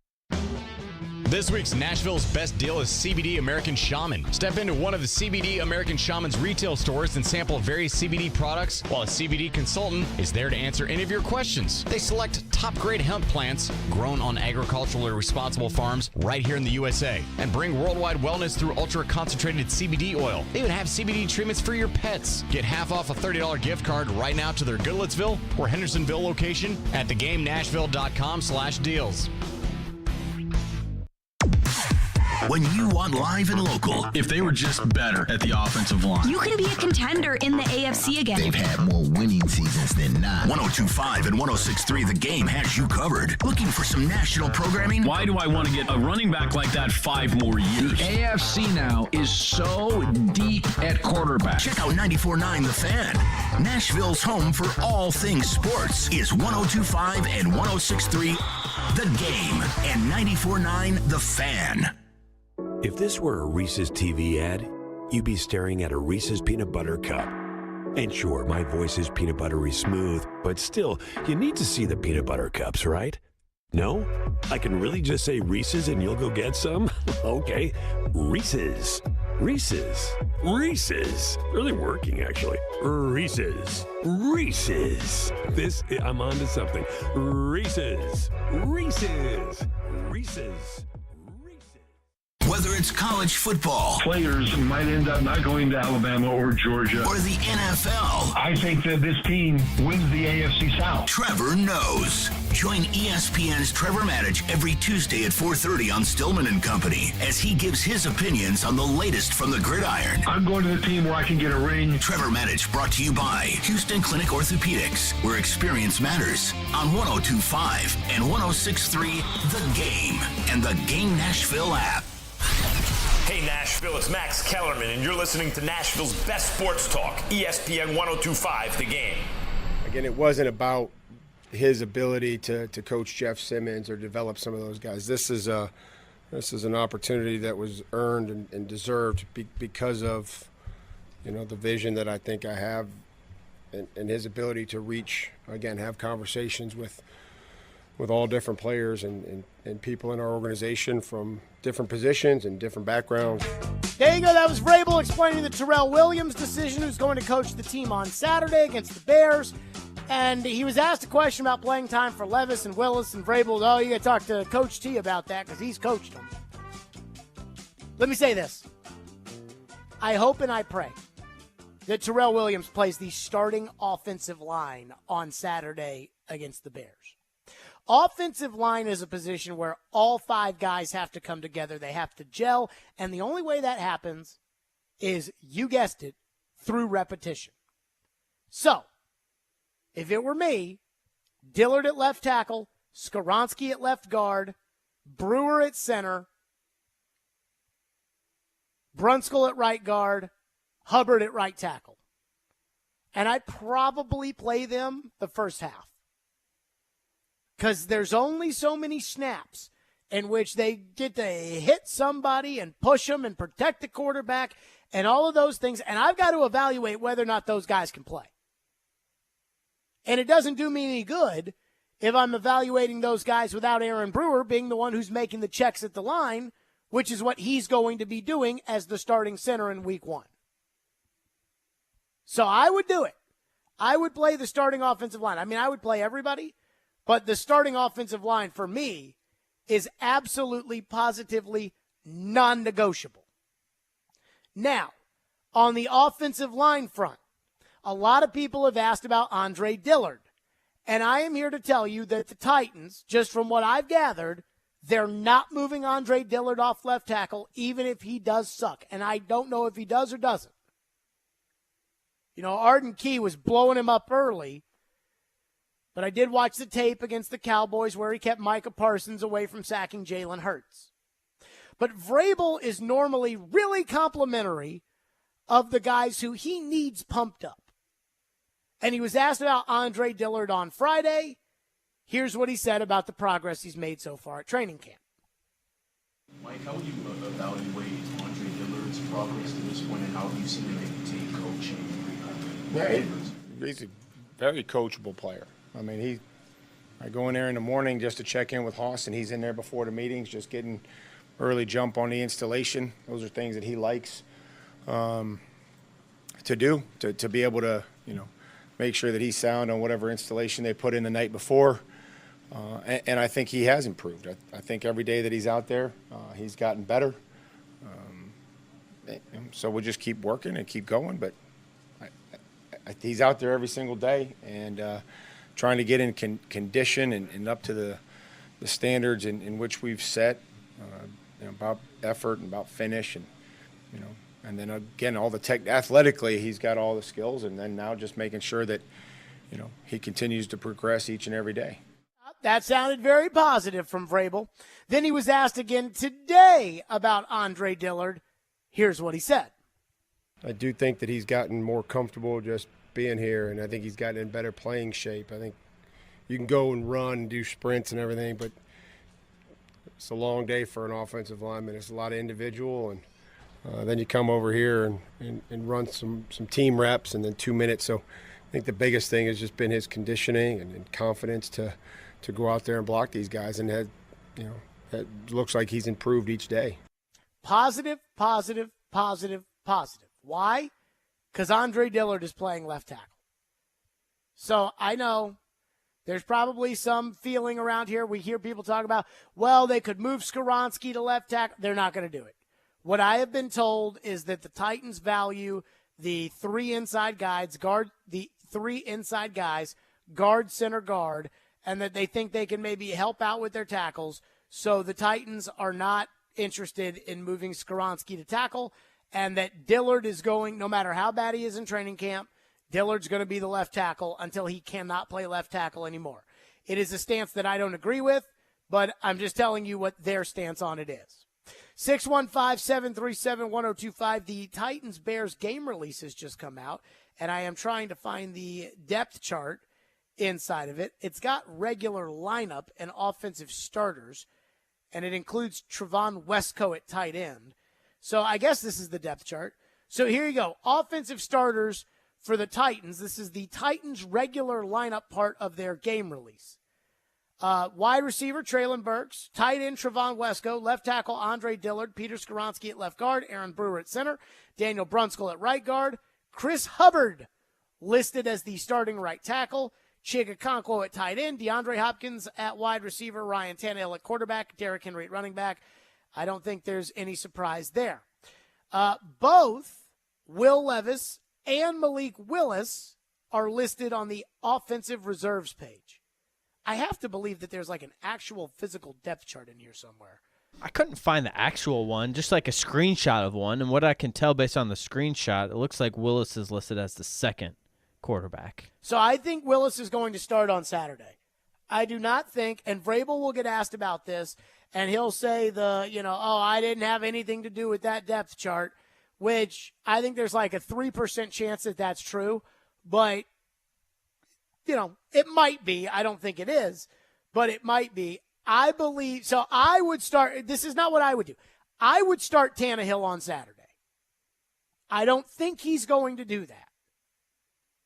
I think Willis will start Saturday. And it will be simply a seniority thing because that's what I would do. And I think that's what common sense says. Texter into the text line says, do you think the reason why Terrell Williams is coaching the game Saturday is so if any starters play and anything bad happens, Vrabel can say it wasn't his call because he wasn't coaching? No, I do not think that. That would be crazy. Texter into the text line says, I 100% agree with everything Jared is saying, and that is not normal for me.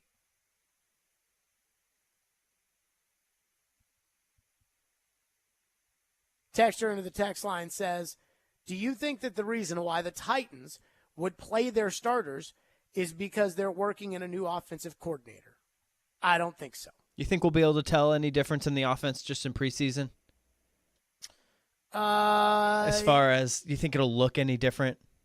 Yes. Yeah. Well, I mean, I don't think they're going to play any of the good players. That's other true. Than the line. So, all right, I found the depth chart. Here you go. Burks, Wesco, Dillard, Skoronski, Brewer, Brunskill, Hubbard, Okonkwo, Hopkins, Tannehill, Henry. No surprise there.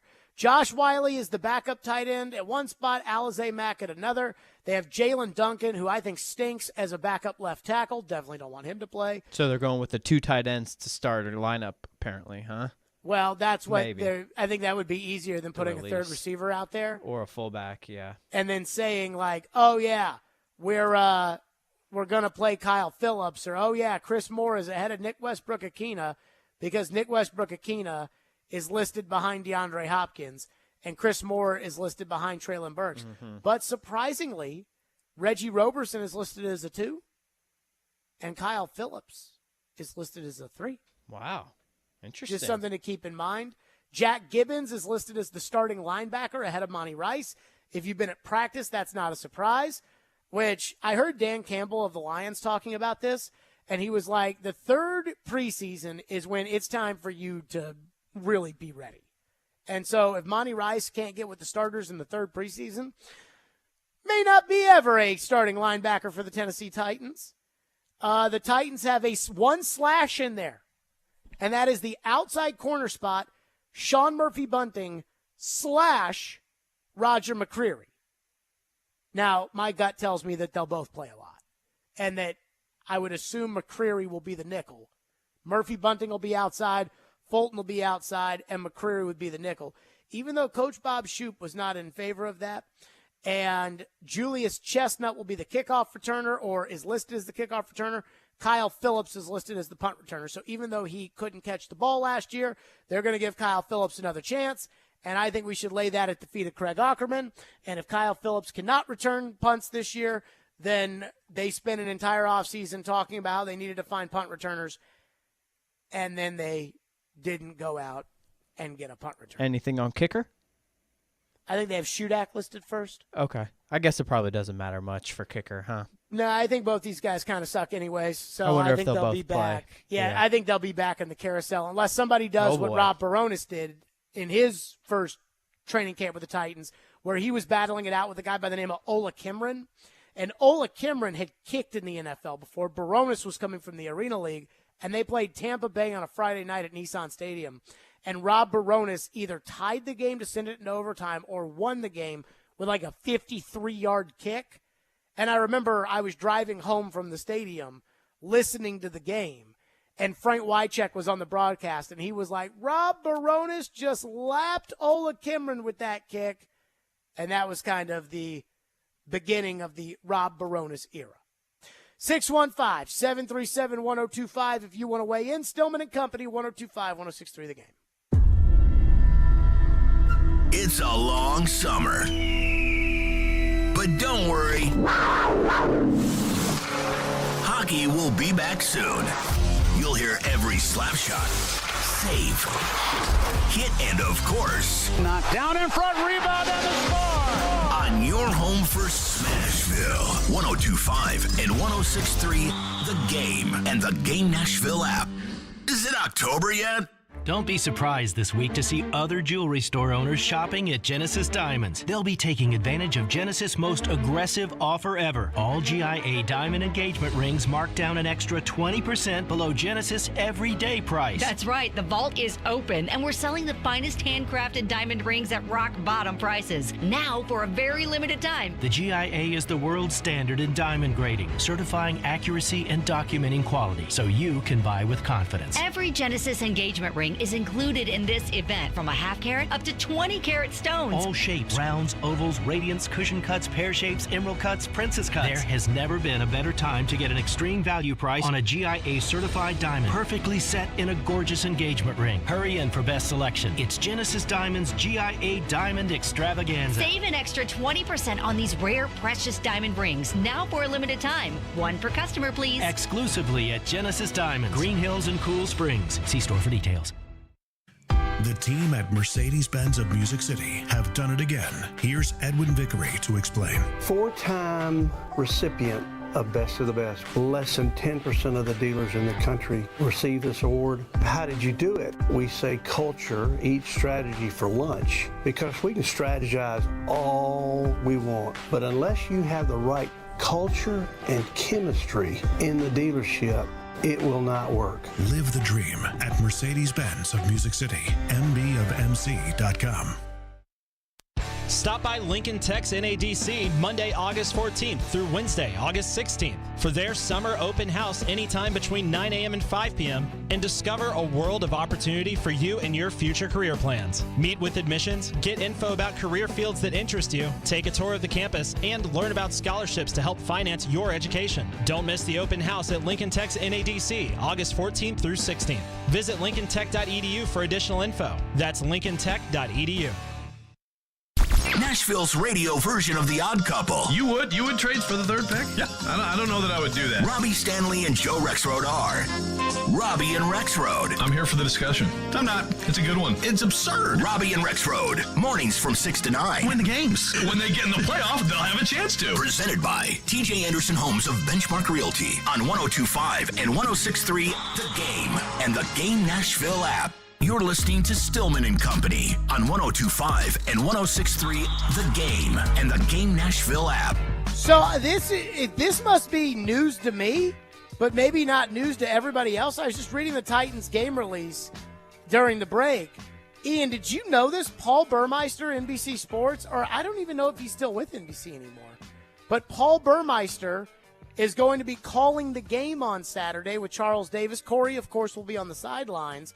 I did on see news that, too. that it wasn't Dan Hellie. I noticed that last week. Dan Helly's out. So you knew that Burmeister was going to be the guy last week? Well, I saw it somewhere or heard it somewhere or read it, and I thought to myself, maybe I saw it on NFL Network, and I thought to myself, oh, Dan Helly's out. Huh. You saw on NFL Network that Paul Burmeister was going to be doing the Titans game? I can't remember where I saw it, but I remember seeing it last week somewhere. I mean, I've seen Paul Burmeister at practice a couple of times. I haven't thought anything of it other than, oh, yeah, the NBC guy is here probably to do a I can't hit remember for NBCSports.com or some bull crap like that. Yeah, I can't remember where I read it, but I meant to say something to you about it because I noticed it said Charles Davis and this guy. And I was like, oh, no more Dan Hellie. Burmeister's been an NBC guy for forever. I think he does Notre Dame games now that Tirico is been kicked up to Sunday Night Football, but he's been with NBC for a while. I remember he was here when the Predators were in the Cup final on NBC. So he's been with NBC for a while. I just personally, I like Dan Hellie because Dan Hellie was always nice to me. I thought he was a lousy play-by-play guy in these preseason games. Now, I hope Burmeister does a better job. Now, I've seen him at practice, so that makes me think that he's probably done some of his homework here, which gives me a little bit of hope. I really don't like preseason broadcasts unless you're one of these teams that brings in a legitimate play-by-player to call the games. Like the New York teams usually have an Ian Eagle calling their games and a Spiro Ditas because those guys need the reps too. But it does cost you some money. It is expensive to bring in the real play-by-players. To bring in Andrew Catalan to call 3 Titan preseason games would cost you some real money. But at the same time, I think it would probably be better than what Dan Hellie was doing. I just felt like every time, and I hope it's not this way on Saturday, every time I watch a Titans preseason game, and Charles does his best, but it would drive me crazy when Dan Hellie would be calling a game, and then they'd throw it down to the sidelines for Corey to start talking because Corey knew more about the team than they did. And it's well, then why is Corey not just in the booth? And with Dan Hellie, again, he'd be at practice every now and then, and he was always nice to me. But I didn't really feel like when he called the game that he knew anything about the Titans. Now, the one thing that I do like about Charles Davis still doing the games is that even though Charles does know how to sugarcoat things and he's not pants off when he does these broadcasts. Some of these local guys that do broadcasts, Vikings, some of these local guys that do broadcasts, it's embarrassing how homerific they are. But apparently you got to be homerific because the guy who does the play-by-play for the Orioles has been suspended for mentioning the fact that the Rays have won more games against the Orioles this season than they have each of the last 2 years combined, and the owner watching TV got pissed off about it. That is a real story. So people want their homerific broadcasts. I get it. I know. I prefer the truth, but some people like their homerific broadcasts. I do want to touch on this. The ACC, this is according to ESPN, and I know this is true because I knew this on Saturday night. The ACC has been discussing Stanford and Cal as additions to the league. Now, I'm reading through Pete Thamel's story at ESPN, and he's saying that sources caution that the 2 scheduled discussions are in the embryonic stages, one call slated with the ACC ADs and a separate call with the league's presidents. With the Pac-12 headed for doom, we got to know that Stanford and Cal have to go somewhere.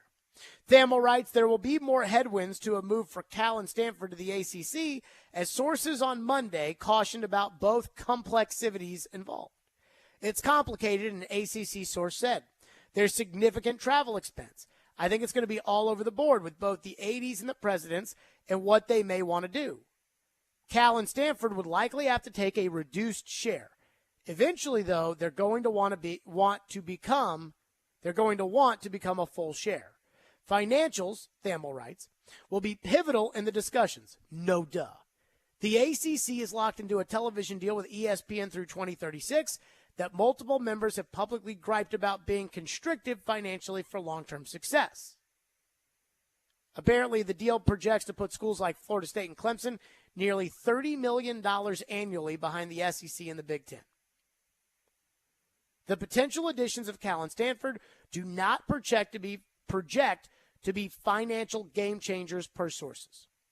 Here's what I was told. And I don't know, what everybody else is being told or what people are allowed to say or anything like that. I was told on Saturday night that the ACC had kicked around the idea of adding Stanford and Cal. In fact, I texted Caroline yesterday, and I was like, you want to hear some college football tea? And she was like, let me hear it. And I told her that. And she was like, tea. But what I was told was that the ACC's thinking might be Stanford and Cal in football only,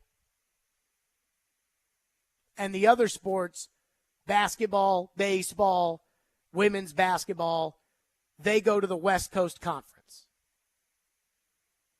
And the idea being that all the travel for the volleyball team to play Duke from Cal would be negated because they wouldn't be in the ACC for volleyball. Makes sense to me. That makes sense. And I don't do a think, lot of those teams fly commercial? I think so, yeah. And on top of it, it's got to be tough, right? Like Stanford and Cal for a football game, like Vanderbilt flew to Hawaii last year for a football game. It's football. It's one flight. You fly back. You're there for 2 days. You come back home.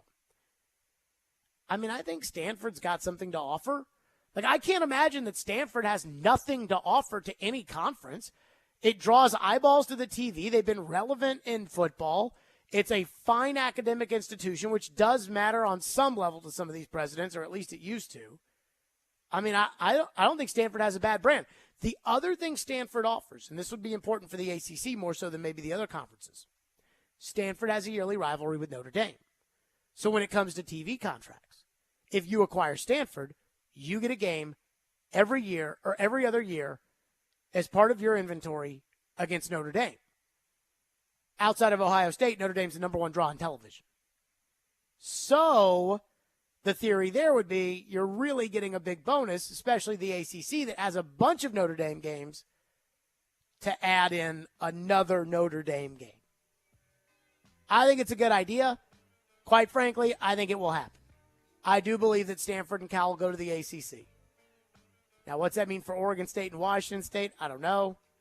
But as Connecticut learned in the last round of expansion, it's hard if you don't have a home. That's it for us. ESPN Radio's coming up next. 6 hours in the books today of Radio. Stillman and Company. We'll see you tomorrow at 2.